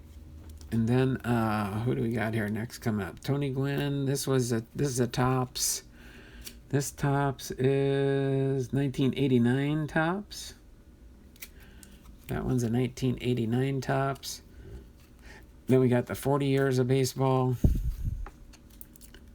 which is a 1991 Topps.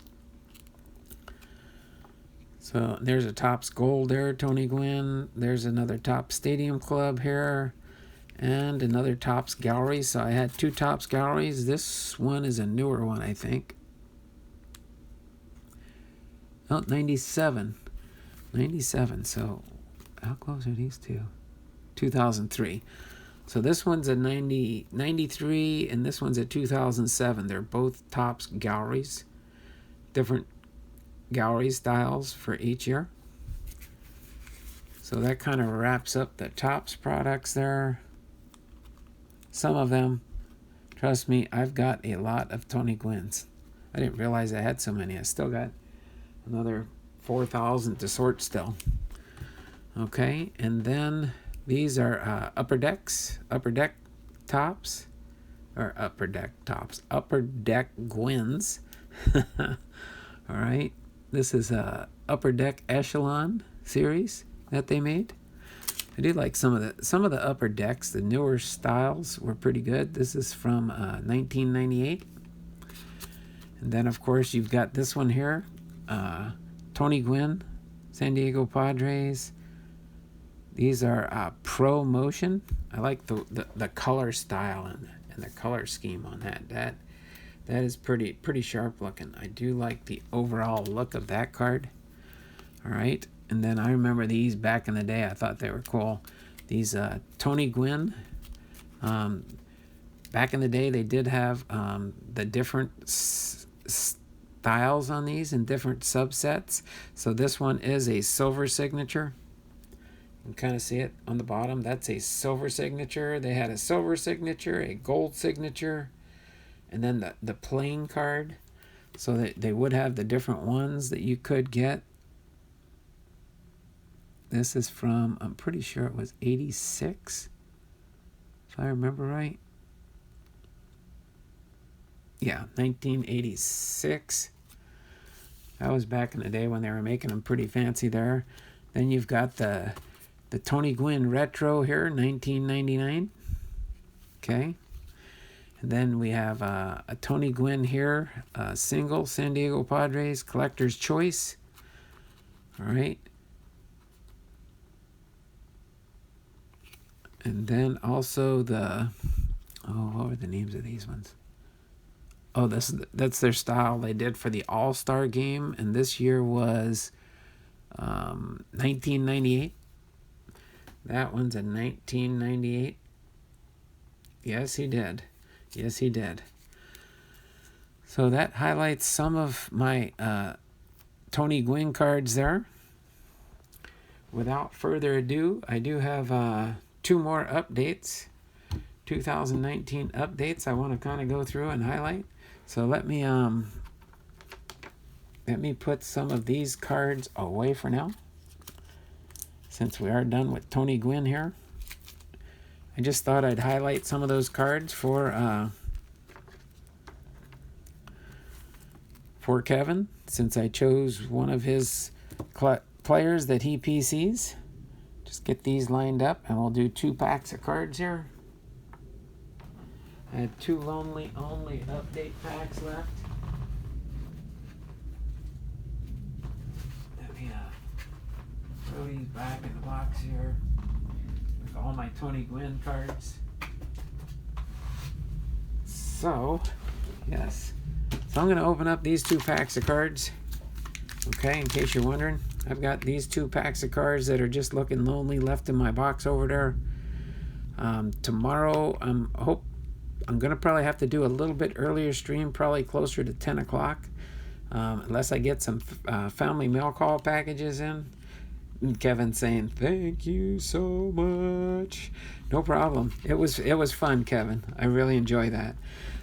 Again, if you guys have a certain player you want me to highlight that's a favorite player of yours, make sure you do go to my community tab. Let me show you where that is real quick. Go to my community tab and just I haven't had no new things chosen here recently, but go to my community tab. Let me go back to my home page for my channel. Okay, and if you go into my community tab here, you click on that community tab, and then go in here, you'll see this one right here. It's been about a month ago that I put this in here. For my new history video series, please help me choose the player or team, biography, or history you would like me to share. Okay, so it says 4 comments. Did somebody else put something in here new? Justin Turner, Art Posada, A's history, Jackie Robinson. All right, maybe I'm gonna do the Oakland Athletics next week. Okay, and maybe Jackie Robinson. That'd be cool. Jackie Robinson's another cool player. So yeah, that is actually Art Posada just posted in the newest one. So I got to add these 2 on my listing. I've created a listing and when I go through and I do that player, I kind of draw the line through it, so I know I've already completed that task. But now I got to add, it looks like Jackie Robinson and the Oakland Athletics. Okay. So I'm pretty sure I got NASCAR's request from 2 weeks ago, and then the other 2 are just a month ago, but put new things in here. Okay, I'm going to edit this, probably update this when I do get a chance, and update it to say the new type video. So everybody knows with my new schedule, if you go to my About Me tab, and you'll see my new schedule I do have posted in here. You can see it right on the screen there right now. Let me get the camera a little bit closer here and readjust it for a second here. You can see my new schedule. So just go to my About Me page there, and you can see my new live streams. So starting in 2020, I will start doing a live stream on Saturdays, and that will be my Hall of Famer player baseball card review. So I will go through each player alphabetically and highlight the individual different cards that I have for each player, and I will be doing those alphabetically. So when we do have the new inductees for 2020 announced, I will go over those also in the whole process, and they will be added into the alphabetical one. So that video series should take me a while to go through, because we'll be starting out with the very first player, which will be Hank Aaron. Hank Aaron will be the first one, then Pete Alexander, Roberto Alomar, going through all the way down to, all the way at the end, Robin Yount, Carl Yastrzemski, those guys at the Y's. So we'll be going through that grouping in a new Saturday stream starting in 2020, along with all the other content I've got getting ready to go up in my channel. So without further ado, and to kind of get things wrapped up, I'm trying to decide here, should I open one or two of these packs here? You guys help me out. I need a 1 or a 2. Okay, 1 or a 2. You want me to do one of these packs or both these packs? You guys help me out there. I know there's only a few people in the stream here, but you guys help me out and tell me which route you want me to go.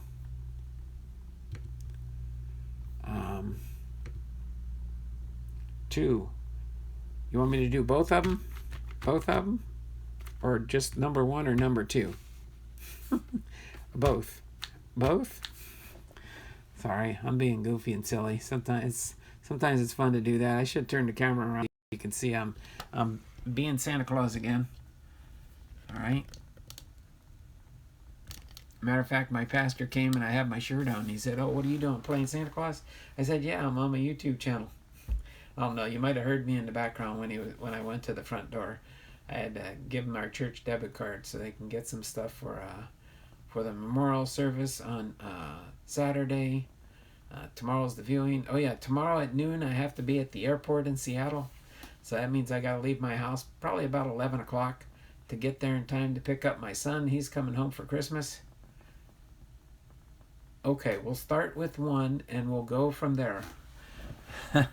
I like that. Thanks, Kevin. No problem. So yeah, I'll go ahead and turn this around. We'll get in here. So I'll start with 1 and then we'll go from there. So I'll start with this first one. How's that sound?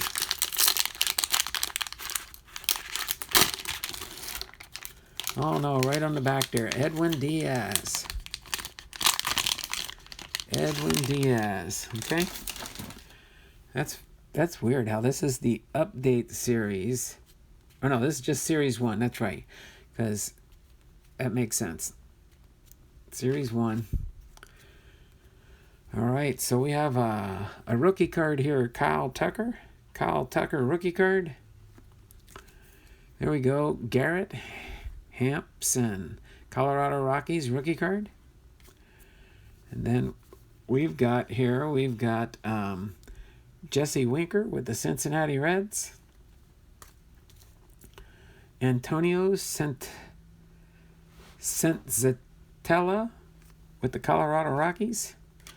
Aaron Judge. Here come the Judge. Here come the Judge. Put Judge up here.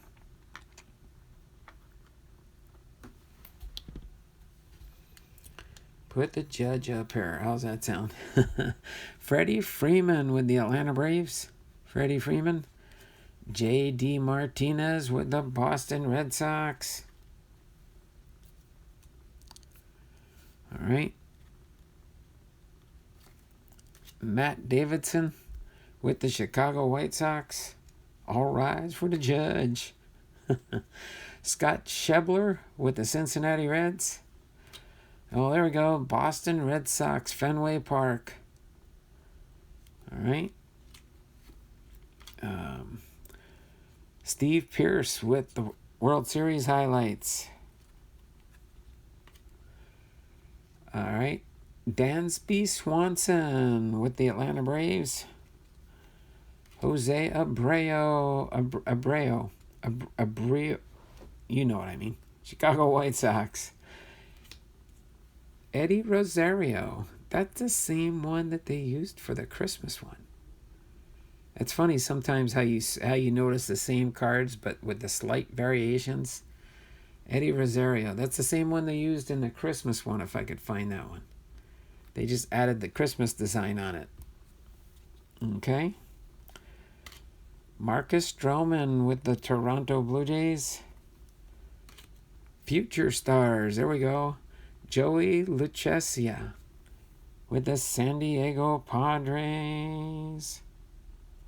Bartolo Colonna wants to make a comeback. All right, there we go. I like that one. Carlos Correa with the Astros. 1984 throwback card. That one will go in my 84 collection for 2019. Here we go. Kyle Schwarberger. Then and Now. Then and Now, Kyle Schwarberger. Event used sock. Oh, I see. You can see the socks he's wearing there. And that was a throwback card, I guess. Let me throw that one right up here for now. Is that a subset? Yep. Then and Now, TNN. All right. And then we got Sweet Life, Max and Cody Celebrate with the Dodgers. All right, National League TM Nails. Gritty Players shared second. Looks like that's the National League All-Star game. All right. Cesar Hernandez with the Philadelphia Phillies. Is that a relic or a photo? No, that's just a photo. It's a photo of the relic card. It's a Tops Now review. Interesting. I don't know why they did that card, but interesting nonetheless. League leaders: Christian Yelich with the Milwaukee Brewers, Jake Arrieta with the Philadelphia Phillies, Rice Hoskins with the Philadelphia Phillies, Mike Clevenger with the Cleveland Indians, Jonathan Schoop with the Milwaukee Brewers, Alberto Mondesi with the Kansas City Royals, Michael Conforto with the New York Mets, Obadel Herrera with the Philadelphia Phillies, and then Marcus Semien with the Oakland Athletics, Trevor Williams with the Pittsburgh Pirates. Shout out to Eric Jabs. Brandon Belt with the San Francisco Giants, Carlos Martinez with the St. Louis Cardinals, and closing it off with Edwin Diaz. He was with the Seattle Mariners. Now he's with the New York Mets. But nonetheless, that is when he was a Seattle Mariner, that's for sure. So we'll put the Seattle Mariner in the prominent spot there for my Seattle Mariner separation.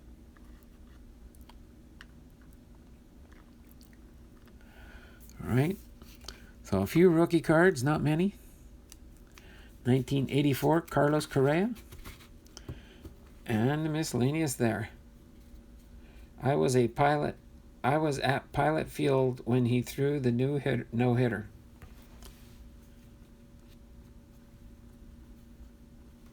When who hit the no-hitter? Was that a Pilot Field? Oh, was that Edwin Diaz? Edwin Diaz? I didn't know he did a no-hitter. Did he throw a no-hitter? He was a reliever mainly. I'm confused. Maybe Paul can clarify that for me, or did I miss something?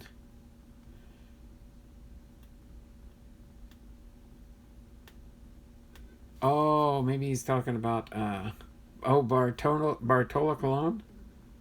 Bartolo Colon? Is that what you guys are talking about in the chat? Sometimes you get lost in the translation. But we've got the one more.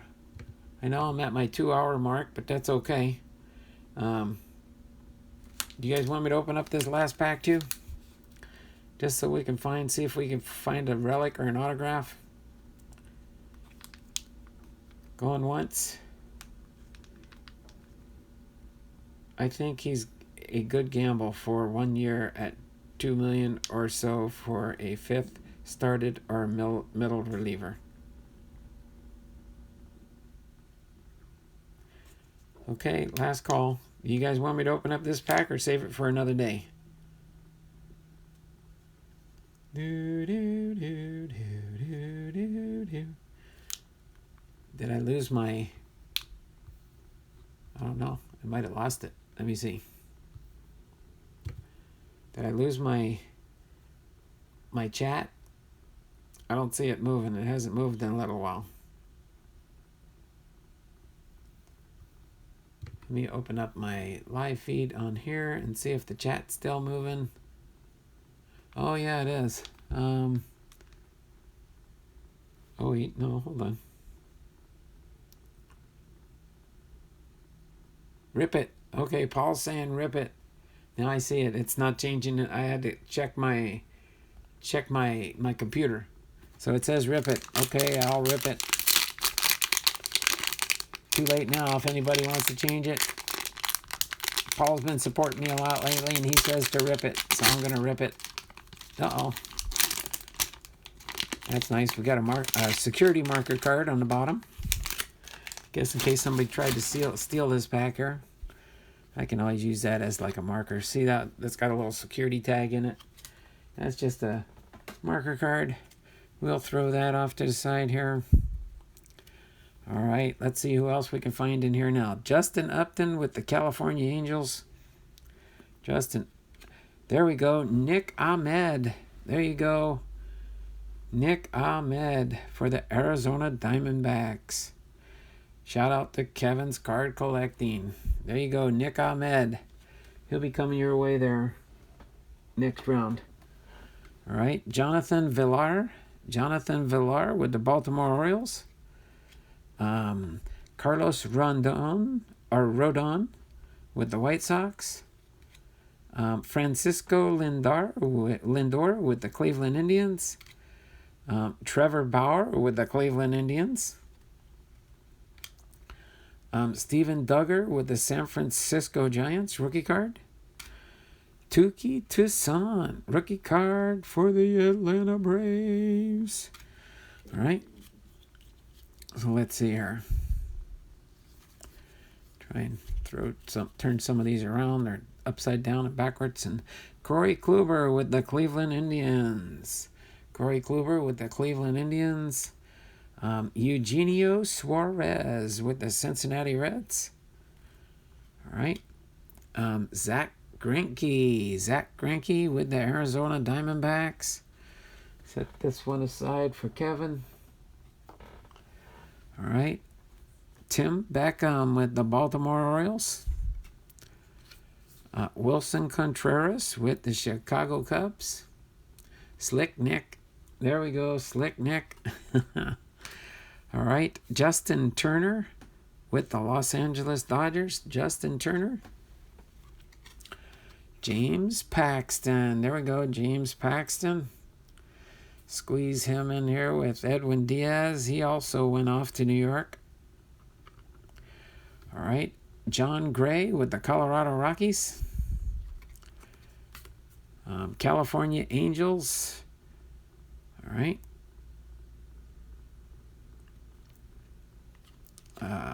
Angel Stadium, New York Yankees, Yankee Stadium. Here we go, 150 years of baseball. Who's that? George Brett, Hall of Famer George Brett. There we go. Kansas City Royals. It says, greatest moments. In the most famous baseball tantrums, Brett went ballistic in what was recalled as the Pine Tar game of July 24th, 1983. His go-ahead homer in the ninth inning against the Yankees was nullified, a ruling later reversed due to a surfeit of the sticky stuff on his bat. Oh my word, George Brett. Said he had too much pine tar on his bat. Oh my word. How can you have too much pine tar? Oh well. Guess that was the rules. Jacob deGrom with the New York Mets. Jacob deGrom. Harrison Bader, Gold Cup card with the St. Louis Cardinals. Michael Taylor with the Washington Nationals. Mike Minor with the Texas Rangers. Devon Travis with the Toronto Blue Jays. Yuli Gurriel with the Houston Astros. Eric Hosmer with the San Diego Padres. There we go. Ryan Healy with the Seattle Mariners. My Seattle Mariners. All right. Shane Green with the Detroit Tigers. Tampa Bay Rays. Tyler Glasnow. Jacob Junis with the Kansas City Royals. Brian Anderson, Future Stars with the Miami Marlins. Jose Leclerc with the Texas Rangers. Lewis Brinson with the Miami Marlins. And last but not least, Michael Givens with the Baltimore Orioles. There we go. Nothing late. Great breaking there. Got the Kyle Schwarber. Then a now card. Got the George Brett, Kansas City Royals. Got the Aaron Judge. 3 Seattle Mariners. And a 1984 Carlos Correa throwback card. Other than that, that's about it. Man, I can't wait for the 2020 season to start. Funny you should say that. It's the countdown to spring training for me. I'd have to go into my phone real quick. I should get a little counter that I can put up here and show. This is how many days till spring training. All right. But yeah. So other than that, everything is going well.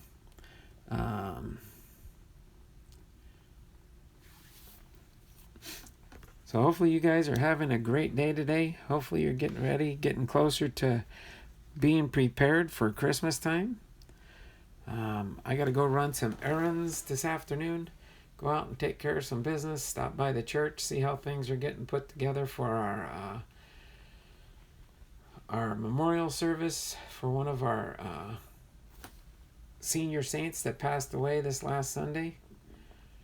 So other than that, that's about all I can think of for now, guys.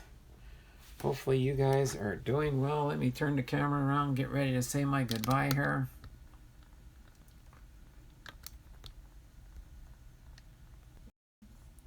All right. There you go. Show you my Santa Claus hat with my little...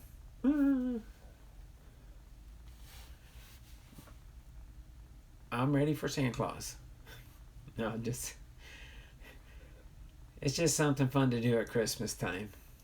I do enjoy decorating our house inside, mostly outside, somewhat.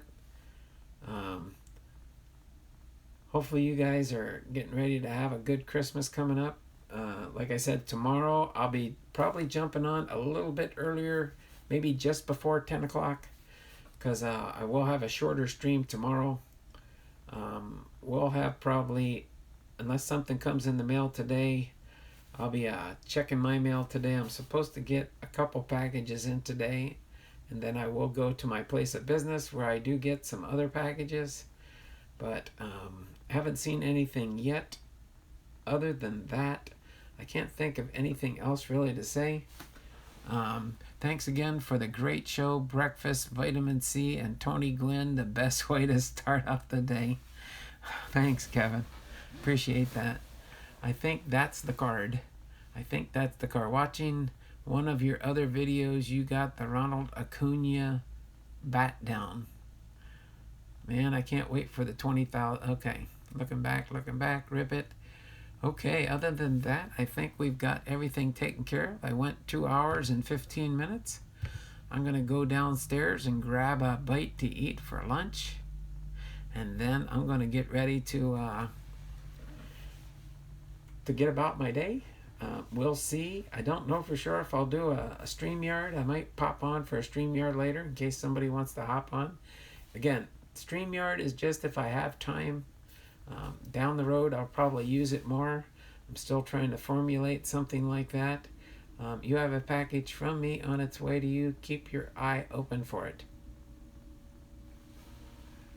I'll keep my eye open for it. At least one of them. Yeah, at least one of them. No problem there, Kevin. I mean, I don't expect anything, but if something comes in the mail, I'll be opening it Friday. If not, it'll probably be the Friday after Christmas. Again, with my new schedule, I'm going to do my family mail call once a week, unless I hear a word from somebody saying they want me to open it before Christmas, and I'll honor that. All right. But again, we'll just see what happens, and I will go from there. So without further ado, I am going to get ready to jump off here. Get ready to get into the next phase of my day, trying to get things done, trying to get last minute items posted up to eBay in case I get an order that I need to get out and get to somebody's house before Christmas. I did have a few new orders come in recently, which I do appreciate that. I had a couple of baseball cards, I had a book, and I had a DVD set that somebody wanted me to send to them. So that's 4 packages in the last 2 days. So other than that, I'm going to go ahead and get ready to wrap things up. You guys have a great and wonderful day, and we will see you guys around the channels, okay? Bye now, and take care. You guys have a wonderful and blessed day today, okay? Bye, and I will see you around the channels. I do promise that, okay? Bye now.